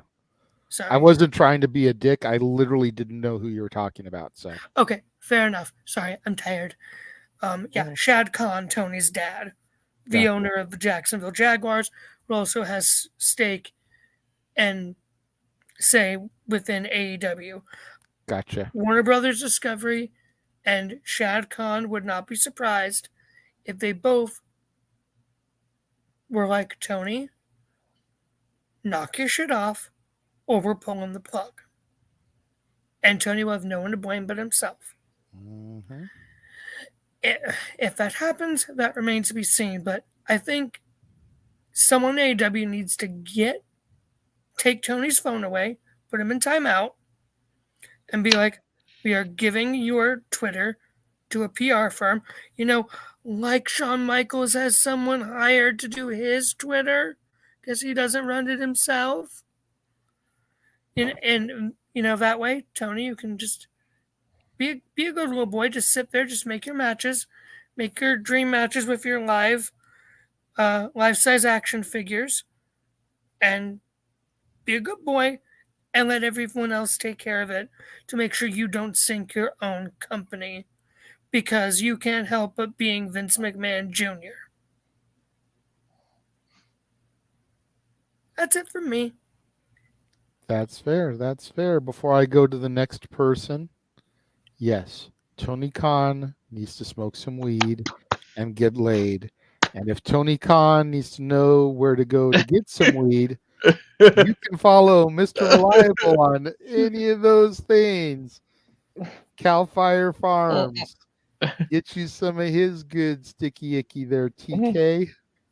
Hey, JJ, may I jump in real quick on that comment from Safed about getting the weed? Go for it. Well, back in the old XMV days, our sign-off motto was get drunk, get laid, do whatever. Tony Khan, go back and watch him if you can find him, because goddamn if he don't need to do that. Holy moly. And I mean, to further Josh's point here, and it's one thing that I didn't say in my dissertation that I did mean to, but Josh saying his piece reminded me of, if Tony Khan put the energy into booking and running his company that he put into all those tweets that I shared, they'd get over 1 million viewers each week. Oh yeah. I'm just saying. And I did star somebody else's comment real quick. Let me go back to that real quick. Nathan Banks said, I don't think you needed all those names on NXT last Tuesday, but I understand in this situation the past week. I will argue, Nathan, that they did need all those names, regardless of the fact that they are going toe-to-toe with AEW. You have to keep in mind, only SmackDown has a USA deal for next year. Raw and NXT are still very much up in the air. WWE and Endeavor are very much still trying to negotiate television deals for their other two brands. By putting John Cena, Cody Rhodes, Undertaker, L.A. Knight, Yeah. and everybody else that they loaded on that show, on the show, and pulling a 900,000 plus viewer rating, shows that that's something that you might want on your television station. Oh yeah. Because these guys are all in our company and they can show up down there anytime we want them to. All we got to do is make a call and post something on the Twix reflecting that. And Okay, baby. they are automatically going to be peaked. All it took was a post from Jade of her phone in her hand, incoming call from Shawn Michaels. People were curious what that was about. And there she was. Did she Looking do all anything? good. Did she do anything? Aside from strutting her sexy ass in the parking lot, she didn't do a goddamn thing. Thank goodness she survived the parking lot. I'm not in Florida, so you know she doesn't have anything to worry about. Besides looking like the sexiest pedal or Pepto-Bismol ever. You know, Walter, you're just asking for it. Hold on, you're asking for it. Damn. And Walter's head is right where he wants it to be. And I'm just damn, I was gonna say. Locking forward to Tilla there, but you know, Walter's in a good spot. But I mean, what did she do? We saw her get out of the vehicle. We saw her escorted inside by Shawn Michaels, shake her hands. That was it. But that was enough to generate buzz to have those people that are Jade Cargill fans tune in. Tease me, baby. And it worked. Mm-hmm. Yes, Jeff. Oh, he's it looks not. like you're raising your hand. He's got his hand on to the. He has the holy shit handle. Never mind. Yeah. Yes, Mansfield. Very quickly, if you want to add to your point before I throw. Yeah. Over to Yeah. Sorry, we're changing lanes downtown, so I'm trying to hang on for dear life here. Yeah. Gotcha. I gotta head out because my sister's in bed already. She has to get up early, so I got to go myself to bed and be quiet. Okay. So I just want to say I love you guys, and if you haven't read my article on No DQ, go do that. Also, very much please be sure to tune in this Wednesday to the Greg Cherry Show, Luck of the Draw, to see Jeff, Greg, and especially Matty Laws get covered in so many awesome substances.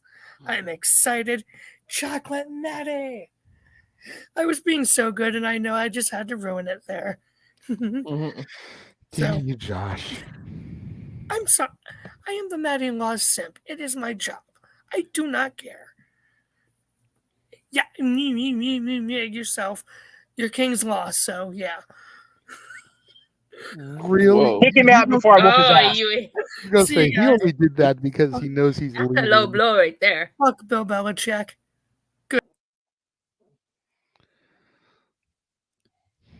God damn it, Josh. Man, no, you got to get him. You had to go there. You mentioned the fucking football thing. You don't kick him out while he's down. Now, you know what, though, Attila, other than the Kings losing in the shootout, let me be clear really quick. I know we're talking about Tony. The way the Kings played the first two periods, we deserved to win that freaking game. They played like absolute dog shit for 40 minutes. They came back and tied it up in the third period, which JD and I are going, God damn it, we were trying to get Jeff on the air. And, of course, the Kings got to give us that little speck of hope, and then they step on their own dick in the shootout. Anyway, it is what it is. But, yeah, I am so content after my weekend. We'll talk about it during the show's part of it because I know we're going to talk about Tony, but I said my piece about Tony Thursday in front of that other team's arena. So please, everybody else go before me. That's fair. Really quickly, Matthew did bring up a valid point. On a whole, wrestling brought in 1.5 million viewers between the two shows. Yes! With two stacked cars, which is the equivalent of a Raw rating traditionally. Think of what they could have done as one show on a Tuesday. Investors want that. Yep. And yes, Safet, we realized Jade showed up on SmackDown, but that had nothing to do with Tony Khan's tweets or the Tuesday Night War. So it's kind of irrelevant and a moot point at this point. Datilla or Walter, who would like to be next? Can I go next? Because I'm Go getting kind for of it. tired. Go for it, darling. Okay, so first off, like the real winners were the fans because like Absolutely. Matthew brought up 1.5 million people watch wrestling on a Tuesday of all days. Damn right. So There's no. I never left. I'm still back here, but I already said my piece. Simply put, don't be a Twitter twat. Now continue. I actually kind of like I was on Twitter, so I was like looking at Tony's tweets, and I actually was like, You're curious. You're not a twat. You're a smart individual. I was actually enjoying it. I was like, oh my god, is this what the Monday Night Wars would have been like at the height of it all and stuff? Personally, I watched Dynamite live and I DVR'd NXT. That's just me personally. Mm-hmm. And I will say, in my opinion, you guys could disagree with me, you know, like JJ was saying earlier, you know, we all have different opinions. And so I was actually surprised NXT beat Dynamite, considering I thought Dynamite had a stronger opening than NXT. You know, like I said in my review, watching that opening to NXT felt like I was watching Raw or SmackDown. There was nothing really there that would have grabbed my attention. But in comparison to Tony's tweets, I think he needs a social media manager. I think he needs someone to run his social media account for him because, yeah, some of that stuff, you know. Yeah, he kind of crossed the line with that last tweet. I completely agree. I mean, you kind of wonder what's going on in his mind when you see stuff like that, because you would assume that no sane individual would do that type of thing. No, and I like you pointed out earlier, I do feel some type of way that he is going up against Bound for Glory. It's like you have a problem with WWE competing against you, but you have no issue doing it to Impact Wrestling. Mm-hmm. You know, I have no doubt that Bound for Glory will be a much better show than Battle of the Belts. Yeah, and like, I'm actually a little bit pissed off at Tony for it because I was the one that brought Battle of the Belt watch-alongs to the Multiversa Media. Like, I love doing those calls, because it's a special thing that they do a few times a year. It's very much akin to WCW's old Clash of the Champions. You know, Battle of the Belts. You know, you guaranteed to have 3 title matches because it's usually only an extra hour show. And they're all going to be title matches, unlike Title Tuesday that only had 2 title matches on its main card One was on the freaking buy-in, a buy-in for a free show, by the way. So yeah, let me just buy in for something that I get to see with my normal cable or satellite plan anyways. The fuck, Tony. A viewing. But I was sitting there saying with Noah when we did the watch along, it was like if that match had been moved to the main card and one of the non-title matches had been moved to the free-for-all, the buy-in, at least you would have had 3 title matches and one for number 1 contendership on your title Tuesday. I could have given you a pass there. Because I agree 4 of the matches would have been title implications. But to do a title Tuesday and only have 2 title matches on your main card, it's like, what the fuck are you doing? You just call it Tuesday Night Dynamite. Yeah. And you know something? I think the next war on Friday on November 17th was also going to be interesting, especially considering that SmackDown normally pulls in 2 million viewers. Yeah, SmackDown is the best rated show because guess who's on it? Our tribal chief. But he doesn't appear every week. He doesn't, but this won't be the go home to, but it'll be the SmackDown before the go home to Survivor Series. So he will be in the arena and prominently featured. And they'll probably stack it. They'll probably stack it anyways. I wouldn't be surprised if the first 30 minutes of SmackDown are commercial free. Right? Well, they're on Fox, so maybe. But Fox is a whole other animal. Before anybody asks, I would not be watching SmackDown I'm at the forum because for watching Collision live. So of course. I'm not going to be that person. Please don't be that person. I will be at Collision, so I won't be able to watch SmackDown. I'll just catch it West Coast. Actually, I don't think I'll even be able to catch it West Coast time. But I'll just DVR You'll have to DVR it, yeah. Yeah. So I will be at Collision that day. So I know I'm going to have fun regardless. And you better have fun, just like Noah had fun this evening. Yeah. And we hope that you will chime in and maybe pop into the live stream because we will be doing a watch along of it, much like we did for the Tuesday Night War. Okay, yeah, I can be your live event correspondent. Yay! I mean, how could we not do another watch along? It did big numbers for us across the multiverse this week, so why not run it back? Hey, I'm all about calling everything, so hey, I'm game for anything. And it'll be the show prior to Full Gear, so it's going to have a lot of Full Gear implications on the Dynamite side of things, the AEW side. Botch, I know it's Rampage. I'm so used to going to the A show since SmackDown is the A show for WWE. I don't care what anybody says, but you know what would have been a real war, and it would not have surprised me today did this if both SmackDown and Collision were in the same city, because they would be at different venues. The Staples Center, SmackDown would be at the Staples Center, and Collision would be at the Forum. Just wait. Guarantee you that will happen sooner rather than later after this. Mm-hmm. We're getting to that point in this war, in this feud. And I welcome it. Competition breeds progression. It demands more attention to detail.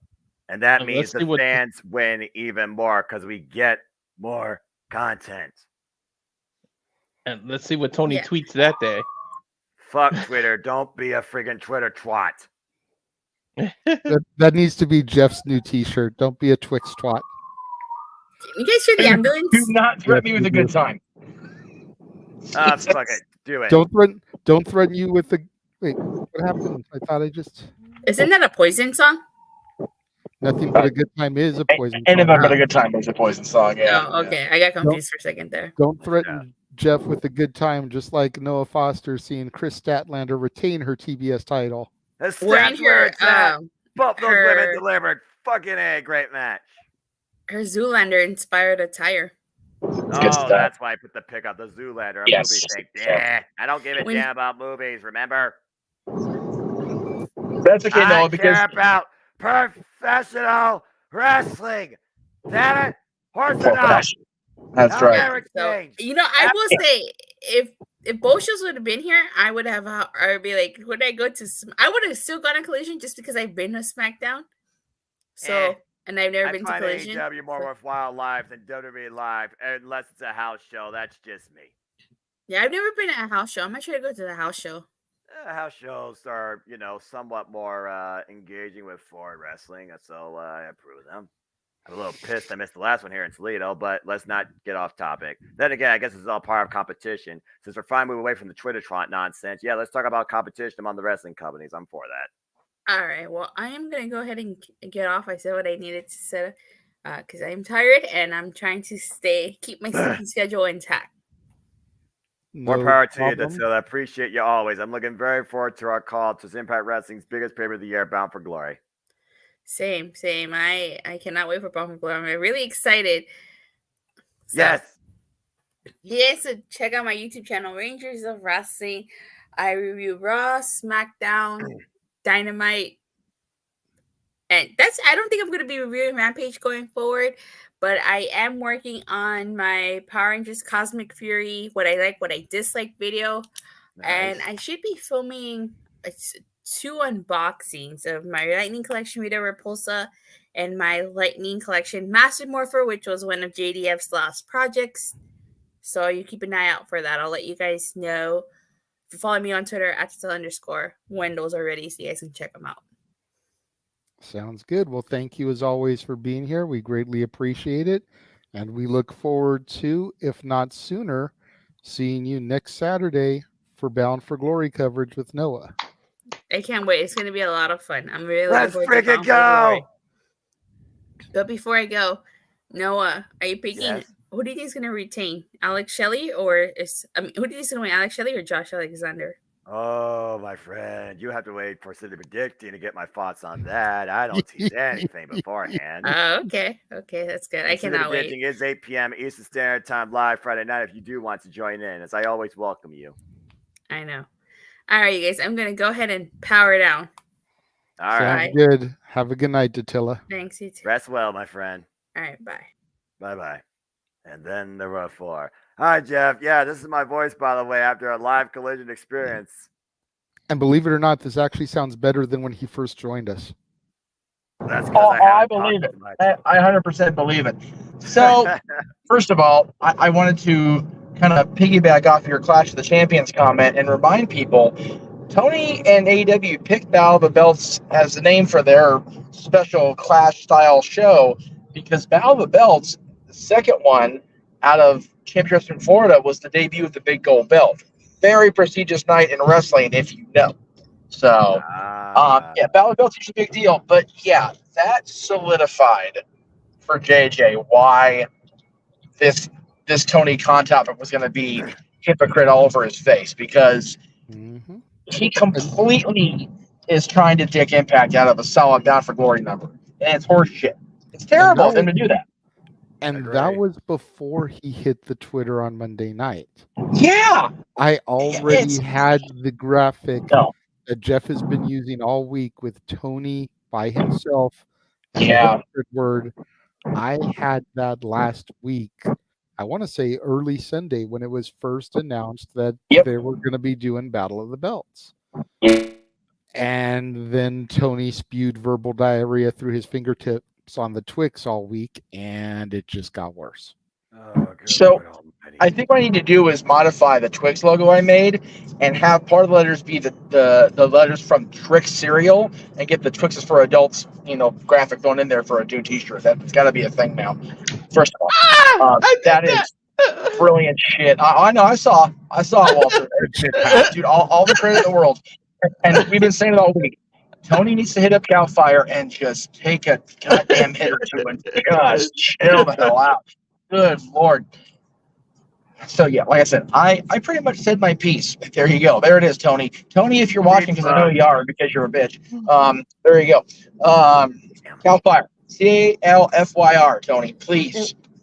We at the Jeff Mitchell Network Multiverse Media plead with you. Save your energies. Save yourselves. Avoid the Twitter at all cost. Farewell. If you know, you know, kids. Star Trek 4.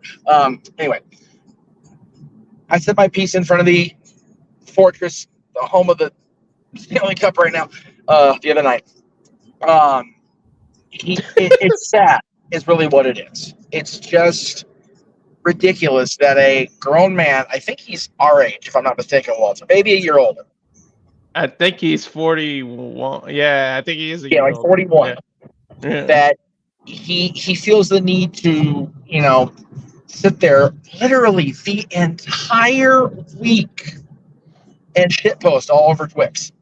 It astounds me that even after they got trounced, and yes, we'll call a spade here. Undertaker, John Cena, LA Knight, Becky Lynch being around a lot, Paul Heyman being on the show that night. Yes, they loaded the card up. But even without that, the matches they had advertised would have done decent numbers. To JJ's point, if Title Tuesday had been, actually Title Tuesday, it would have been a better conversation. They got trounced, and it wasn't even close. And he still continued to shitpost and spin, The Undertaker and John Cena both broke the streaks of appearing on shows with over 1 million rating. And it's like, Tony, please follow the advice of everybody but President number 45. Get yourself a Twitter proofreader. Like it was so just mind-numbing to watch it play out, which is why I figured, okay, if I'm late for the party tonight, yes. And again, I will never ever go be a hypocrite about responding to the trolls on Twitter. I'm guilty of it. We all are at some point or another, except this man, because this man has some decent brains and common sense in his head. And we love you for that, Noah. Even though your voice is shit, you still got a decent brain going for yourself. And please don't ever lose that. And your heart of gold, too. Never lose either one of those. You're in good shape, brother. I'll try. But it was the way he was responding. Instead of being coherent and logical, and most importantly, mature, I think he used that Roderick Strong meme for more than half his responses. And the very meme he used, which has Roderick Strong saying, "Who gives a fuck?" If you don't give a fuck, Tony, why are you responding? That's what I always put my contention on social media. Well, who cares? Like, well, you care enough to comment. And then they come back with some, the whole 3 guys, 6 chins comment, shit like that. It's like, oh, geez. It was just a bad week and a bad look for Tony and for AEW. It's really what it came down to, which is why I did my show Thursday out front of the arena, went and watched a hell of a hockey game on the bar TVs. Sharks lost. Had a amazing, and we did so well. The Paradise Kitty had an amazing Friday night show out at Phantom Vegas. We cleared up a ton of money and merch. Not going to lie, I was proud as hell of that. And then we went out and did karaoke till 3 o'clock. It's why my voice is not as good as it could be. I'm not trying to compete with this guy because his voice is shot to shit. But had we done the show this morning, probably would have been a very scary situation. It would have been a battle of the Raspies with Noah and me. It would have been ugly. We still would have made it work.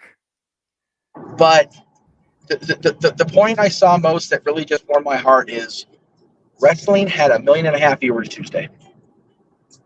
That was the greatest part of it for me. Regardless of what Tony did, and we can focus on that till we're blue in the face, and we're going to be after tonight, I'm sure.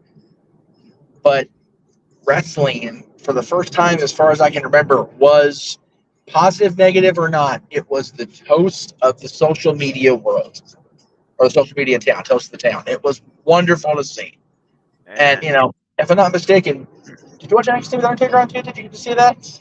Okay. Dad didn't get to watch that yet, but I'm going to show him Undertaker chokeslamming Rick Steiner's boy, because that was funnier than hell. For Dad, because, everybody knows, Undertaker's my dad's guy. Anytime we get to see him come out there, and especially the way he came out there, he rode that bike at the PC, it's like, God, he's got no room to drive. How's he going to get around? But just the smiles. Booker T looked like he had gotten remarried. He was so happy. He just big old shit-eating grin on his face.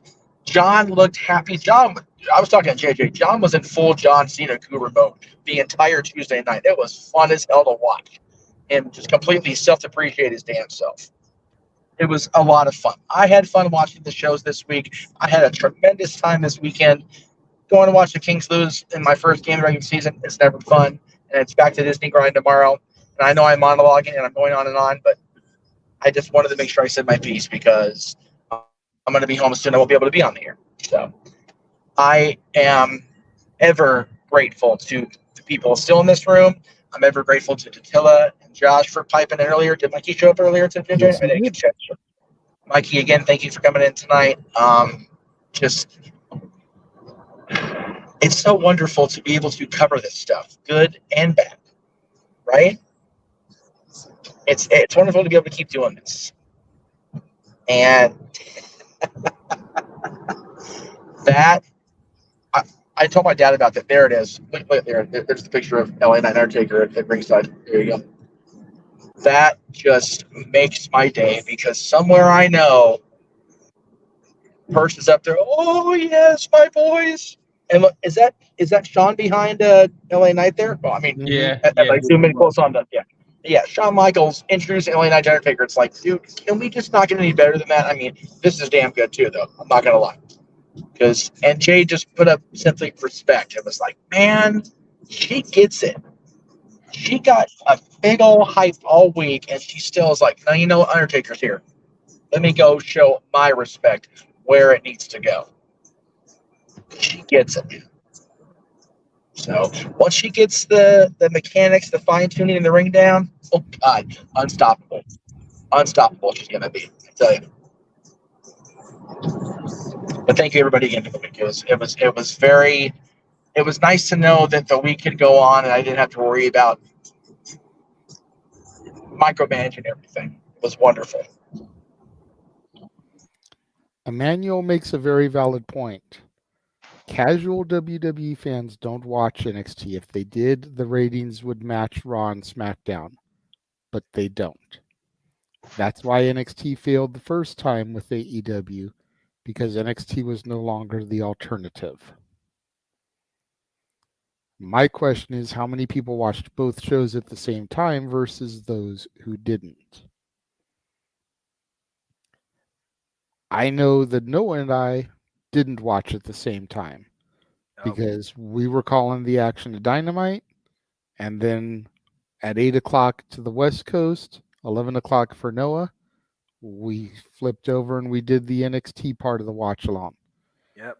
And honestly, I thought that was the way to go. Agree. Because AEW Dynamite is their flagship show. They set the bar for the evening. And again, like I said earlier, while I don't think NXT's matches surpassed the Dynamite matches, the character development, the story arcs, the moments far superseded anything that Dynamite put on the air. It's a complete yin and yang, tit for tat. It is subjective.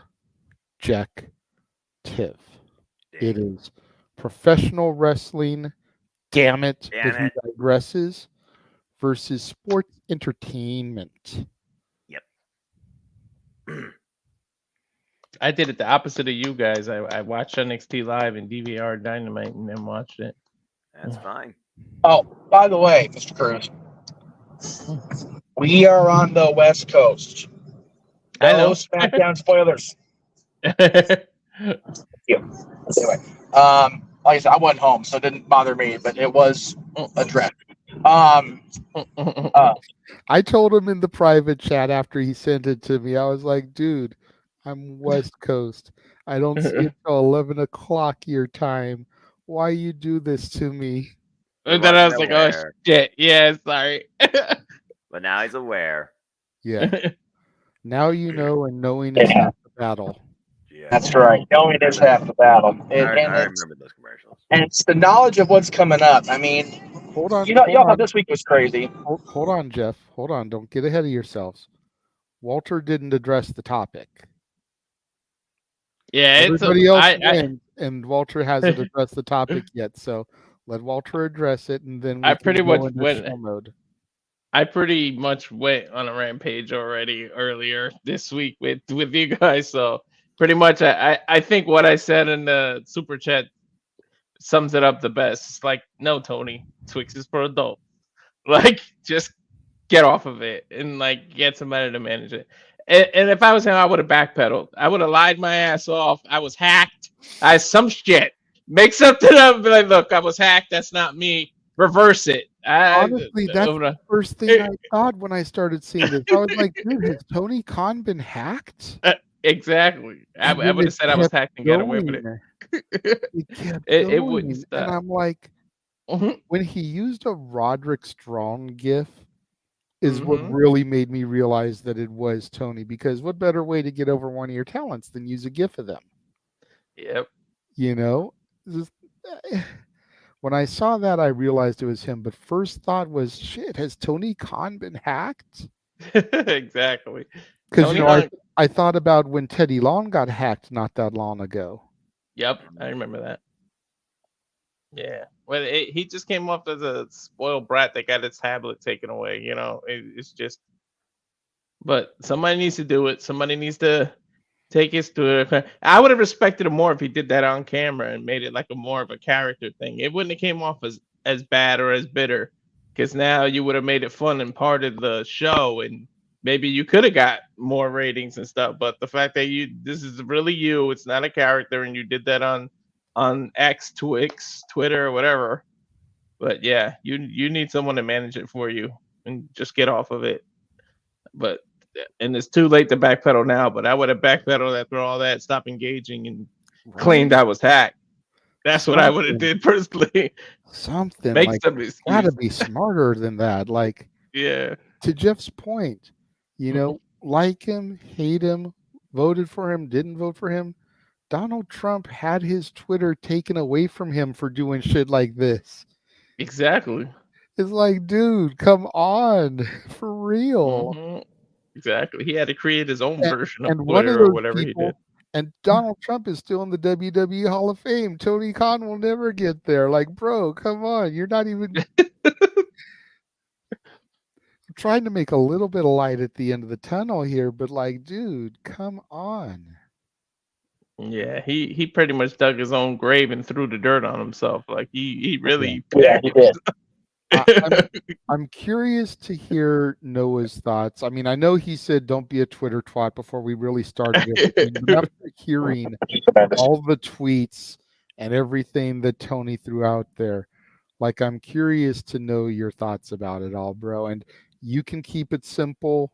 I don't, I talked to you in private about this because I know what a staunch supporter you are in AEW, and that's what I was worried about. But I'm curious what your thoughts are, having heard everything that Tony put out there.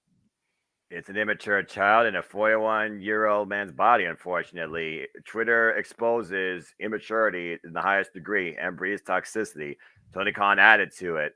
Tony Khan was out of line. Tony Khan reacted versus thinked before he acted. It's one of those things where, again, I don't really look at this. First off, I don't scroll. I don't tweet excessively myself.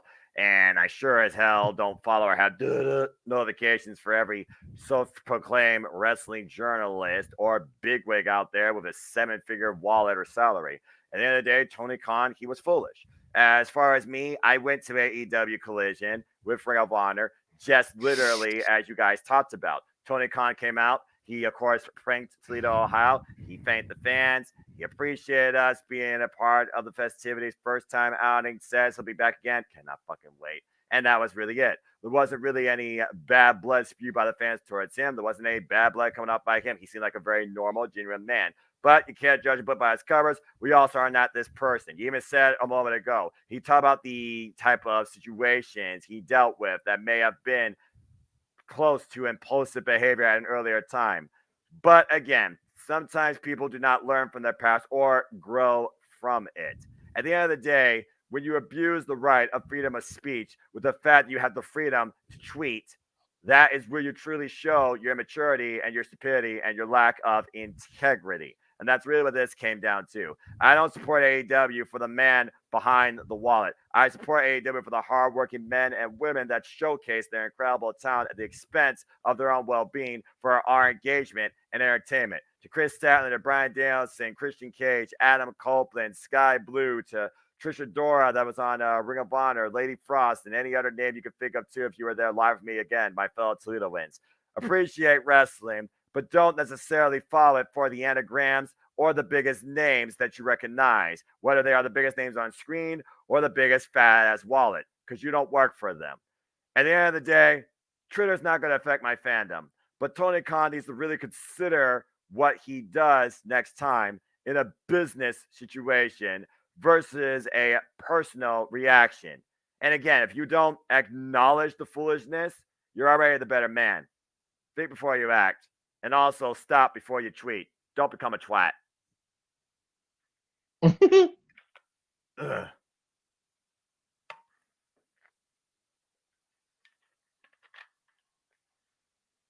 You're on mute, JJ.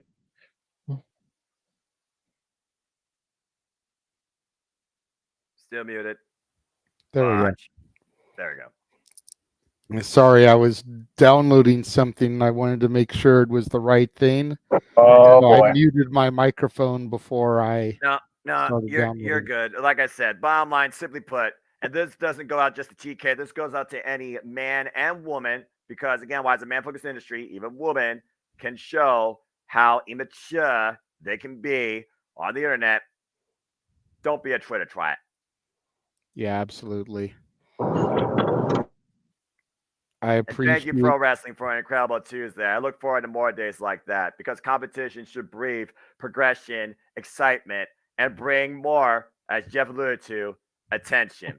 The fact that many people were only focused according to what you gave me in numbers, and I don't give a shit about numbers because I don't follow that shit either because that's just a matter of advertisers. But hey, it's a talking point.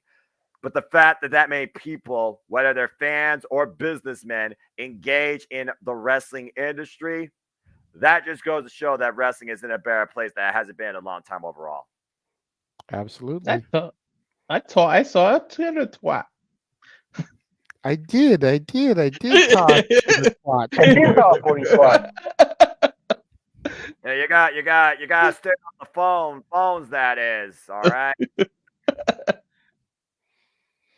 Be very, very quiet. I'm hunting Twitter twats.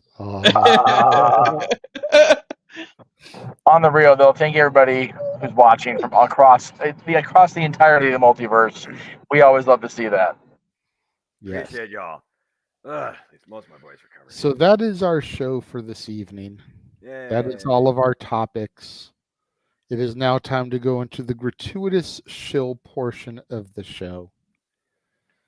And I'm going to try to run through these as quick as possible. Good Lord. I don't know if we'll be able to get out right at midnight, but hopefully it won't be too much of an overrun. Try.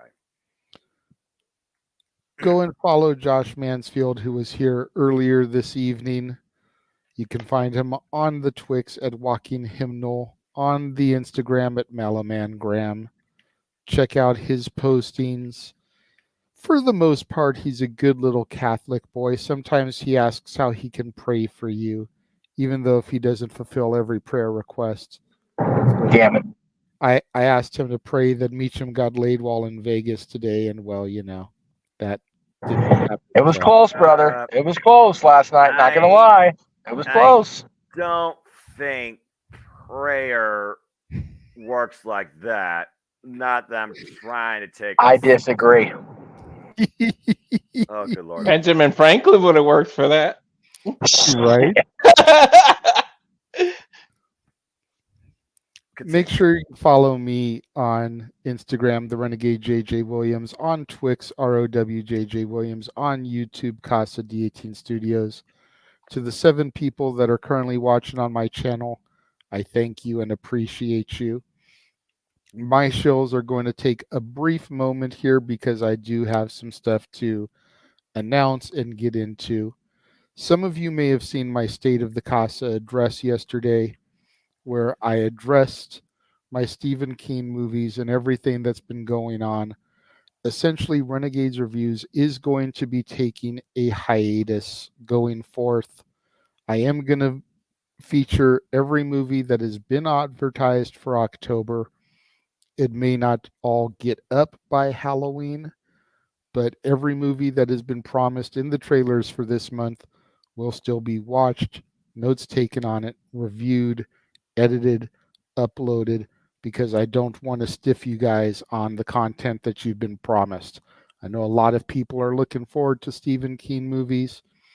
I've got probably about 5 or 6 that I have written notes for that I'm ready to film that would have me current as of the 11th of this month that I just need to do. There's just been a whole lot going on in my life. As Noah's fond of saying, priorities over passions. So once those things are fulfilled, Renegades Reviews will be on hiatus until our subsequent move, which should be around the end of this year, beginning of next year.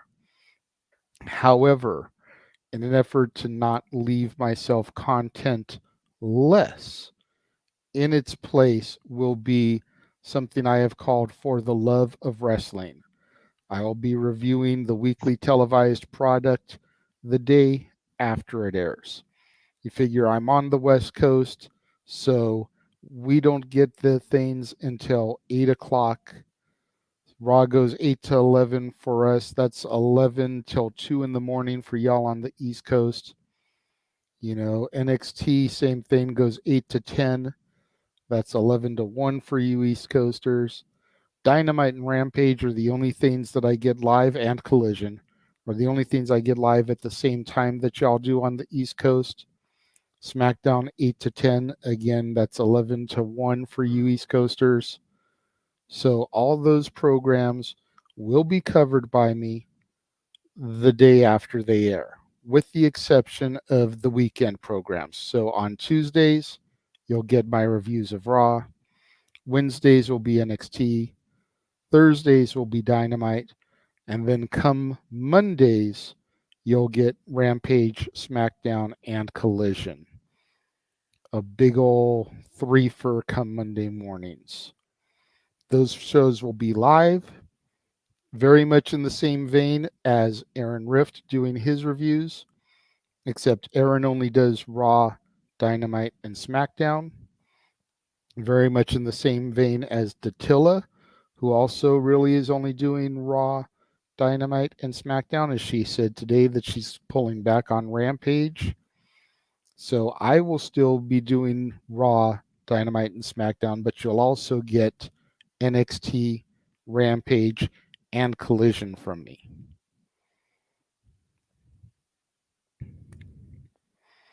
So that is what is going on. If you want more information, go back, watch the State of the Casa address. You can find it on my channel, Jeff's channel, and Noah's channel. Make sure you follow NoDQ.com on all those platforms at NoDQ.com. Make sure you tune in tomorrow for the No DQ review. If you dare. Which I'm sure will be a doozy. Yeah.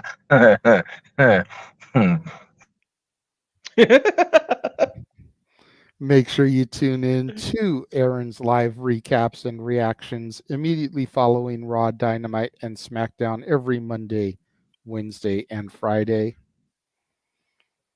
Meacham, will you have a program on Monday? I will. As a matter of fact, I was trying to load the graph again, so let me just do it as I have a special one, so just give me a second here. Jesus, here we go. Loading Oh, up. you know what?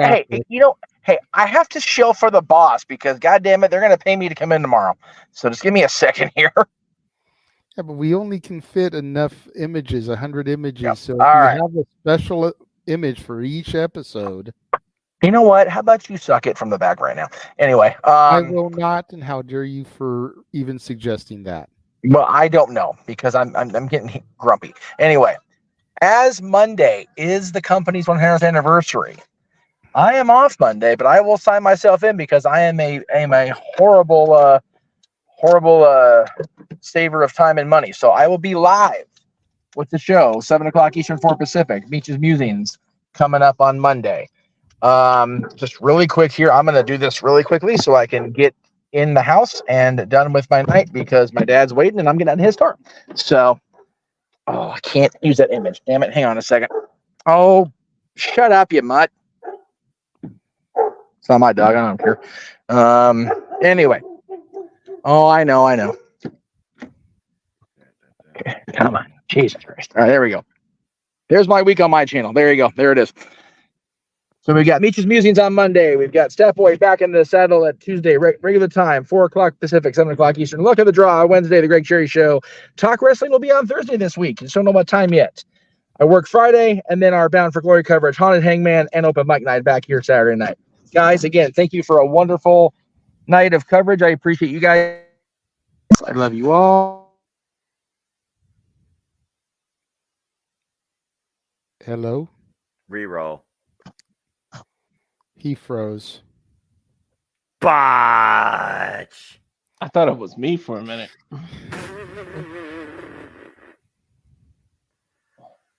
Well. All right, so let me skip down since he went and did a shit ton of my plugs. Again, make sure you follow Datilla at Rangers of Wrestling on YouTube. Check out her wrestling and Power Rangers content. Follow Walter. Go ahead and tell people about what you do and where they can follow you, Walter. The Cowfire Farms is the Instagram. At X, I'm at Walter Alex Cruz. Rage of Wrestling. I only have one video so far. I got a couple videos coming up with top 10. I'm trying to get together with the rest of the panel, see what we can do live. And I will be starting to do UFC watch-alongs starting, I believe it is the 18th. Yeah, next Saturday. But Oliveira's out of the fight. It's Alexander Volkanovski in the main event, and then Kamaru Usman took the co-main event. Thank you to those two for stepping up, saving the UFC 294. I'm looking forward to that co-main event though. But yeah, and then I'm also on the No DQ review today, I should say, if you're on the East Coast, because it's after midnight. But if you're still on the West Coast, tomorrow. So that's it for me, and thanks for having me. Sounds good. Noah, go ahead and tell people about where they can find you and what you do, sir.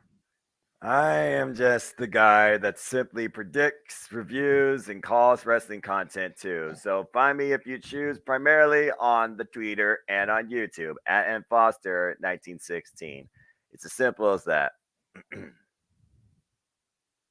Simple YouTube channel, of course, is where you could always stay in tune with all 5 prediction leagues that I host, as well as give your own simple assessment on a scale of 1 to 5, word-wise, on all the bigger shows and all things wrestling. So be fun, part of the fun conversation and polls. I see like 15 of you sometimes that go up and down and all around across the biggest shows. Appreciate y'all. And you also get a general hello and updates on what's to come also across the multiverse media and collaboration with the Simpleman's branding, Casting Studios, and beyond as well. There you go. Make sure you go back in the archives. You can check out Noah and I's simple take of Fastlane from yesterday. Go back and check out our coverage of the Dynamite NXT Tuesday Night War watch-along that we did. Yeah. Check out Jeff and I having done the top 10 Scream Queens yesterday on Dad's Not Always on Wrestling. Check out all of that content that went up here the last few days. And then again, as Jeff alluded to, next Saturday, Bound for Glory, Haunted Hangman. Which contestant will be Bound for Glory? Will it be Emmanuel Dominguez or will it be his sister Arlene? We will find out next week. We don't know. Noah and I, of course, will be doing Halloween Havoc both nights. It'll be the typical Tuesday NXT TV shows. They're just going to be specials. So make sure you check out our watch-along coverage on that. And then for the people in the members-only section of the Casa de 18 Studios channel, check out the Mind Games Championship match between the Heartbreak Kid, Shawn Michaels, and Mankind. That went up yesterday. And then just filmed this afternoon before Noah went to Collision. Going to be going up here in the next few days. Check out our coverage of Unbreakable 05. The Fallen Angel Christopher Daniels defending his X Division Championship against the undefeated Samoan submission machine, Samoa Joe, and the phenomenal one, AJ Styles. Yes. What an evening, gentlemen. What an evening. Yeah, what an evening. My God, what an evening. I want to thank Walter Cruz for being with us here until the very end. I want to thank Jeff for popping in here when he could. Same with Datilla popping in about midstream. Noah, thank you for going ahead and joining us after your fun-filled afternoon, evening at Collision in Toledo. Always. To Josh and Statboy, who came and helped hold things down in the interim. Greatly appreciate you guys. To all the viewers that are still tuned in watching, we greatly appreciate each and every one of you. There was a super chat that came in from Emmanuel, so let's go ahead and do that really quick. Would you rather be the Godfather or Val Venus in the Attitude Era? Character only. Probably the Godfather. Godfather, because I don't need the choppy pee part of that. Yeah, right. I mean, yeah. Don't get me wrong. Val Venus had Ryan Shamrock, and I thought she was fine as hell. But the Godfather had 2 to 4 different hoes every city, every night that he was in. I think I'd want to be the Godfather. I'm just saying. Remember when he tried to break the Undertaker and he said, "And I do, you love snows." And Undertaker almost cracked. He almost got Undertaker to crack. It was the funniest thing. Now, I saw your super chat, Emmanuel. I was coming back for it. But we thank everybody for tuning in. Noah, go ahead and simply take us out of here as you always do. You don't have to get as emphatic with your professional wrestling. Damn it. We know your voice is gone. My voice may be almost gone, but it's still enough to send us out as always as we bid everybody a fun adieu from episode 89 of Open Mic Night 2. And again, we appreciate all of you. But if people want to know more about me, know this. Why do I take part in these weekend night shenanigans and be a part of this madness that is the Jeff Multiverse of Media? It is because I am but a simple man and a lifelong fan of professional wrestling. Damn it! But I digress. It's only wish to always encourage you. And there are no winners, there are no losers, there are no betters. Just fans with opinions for this passion we all share. So at the end of the day, folks, support one another, respect each other, protect your mentality too. Starts with maybe leaving yourself off this. Treasure your families and just enjoy life and enjoy professional wrestling. It is truly as simple as that. There you have it. Thank you all for tuning in. Have a good night, everybody. Have a good night, folks. Thank you, AEW Collision. Tony Khan, don't be a Twitter trot. I can see you could be a better man.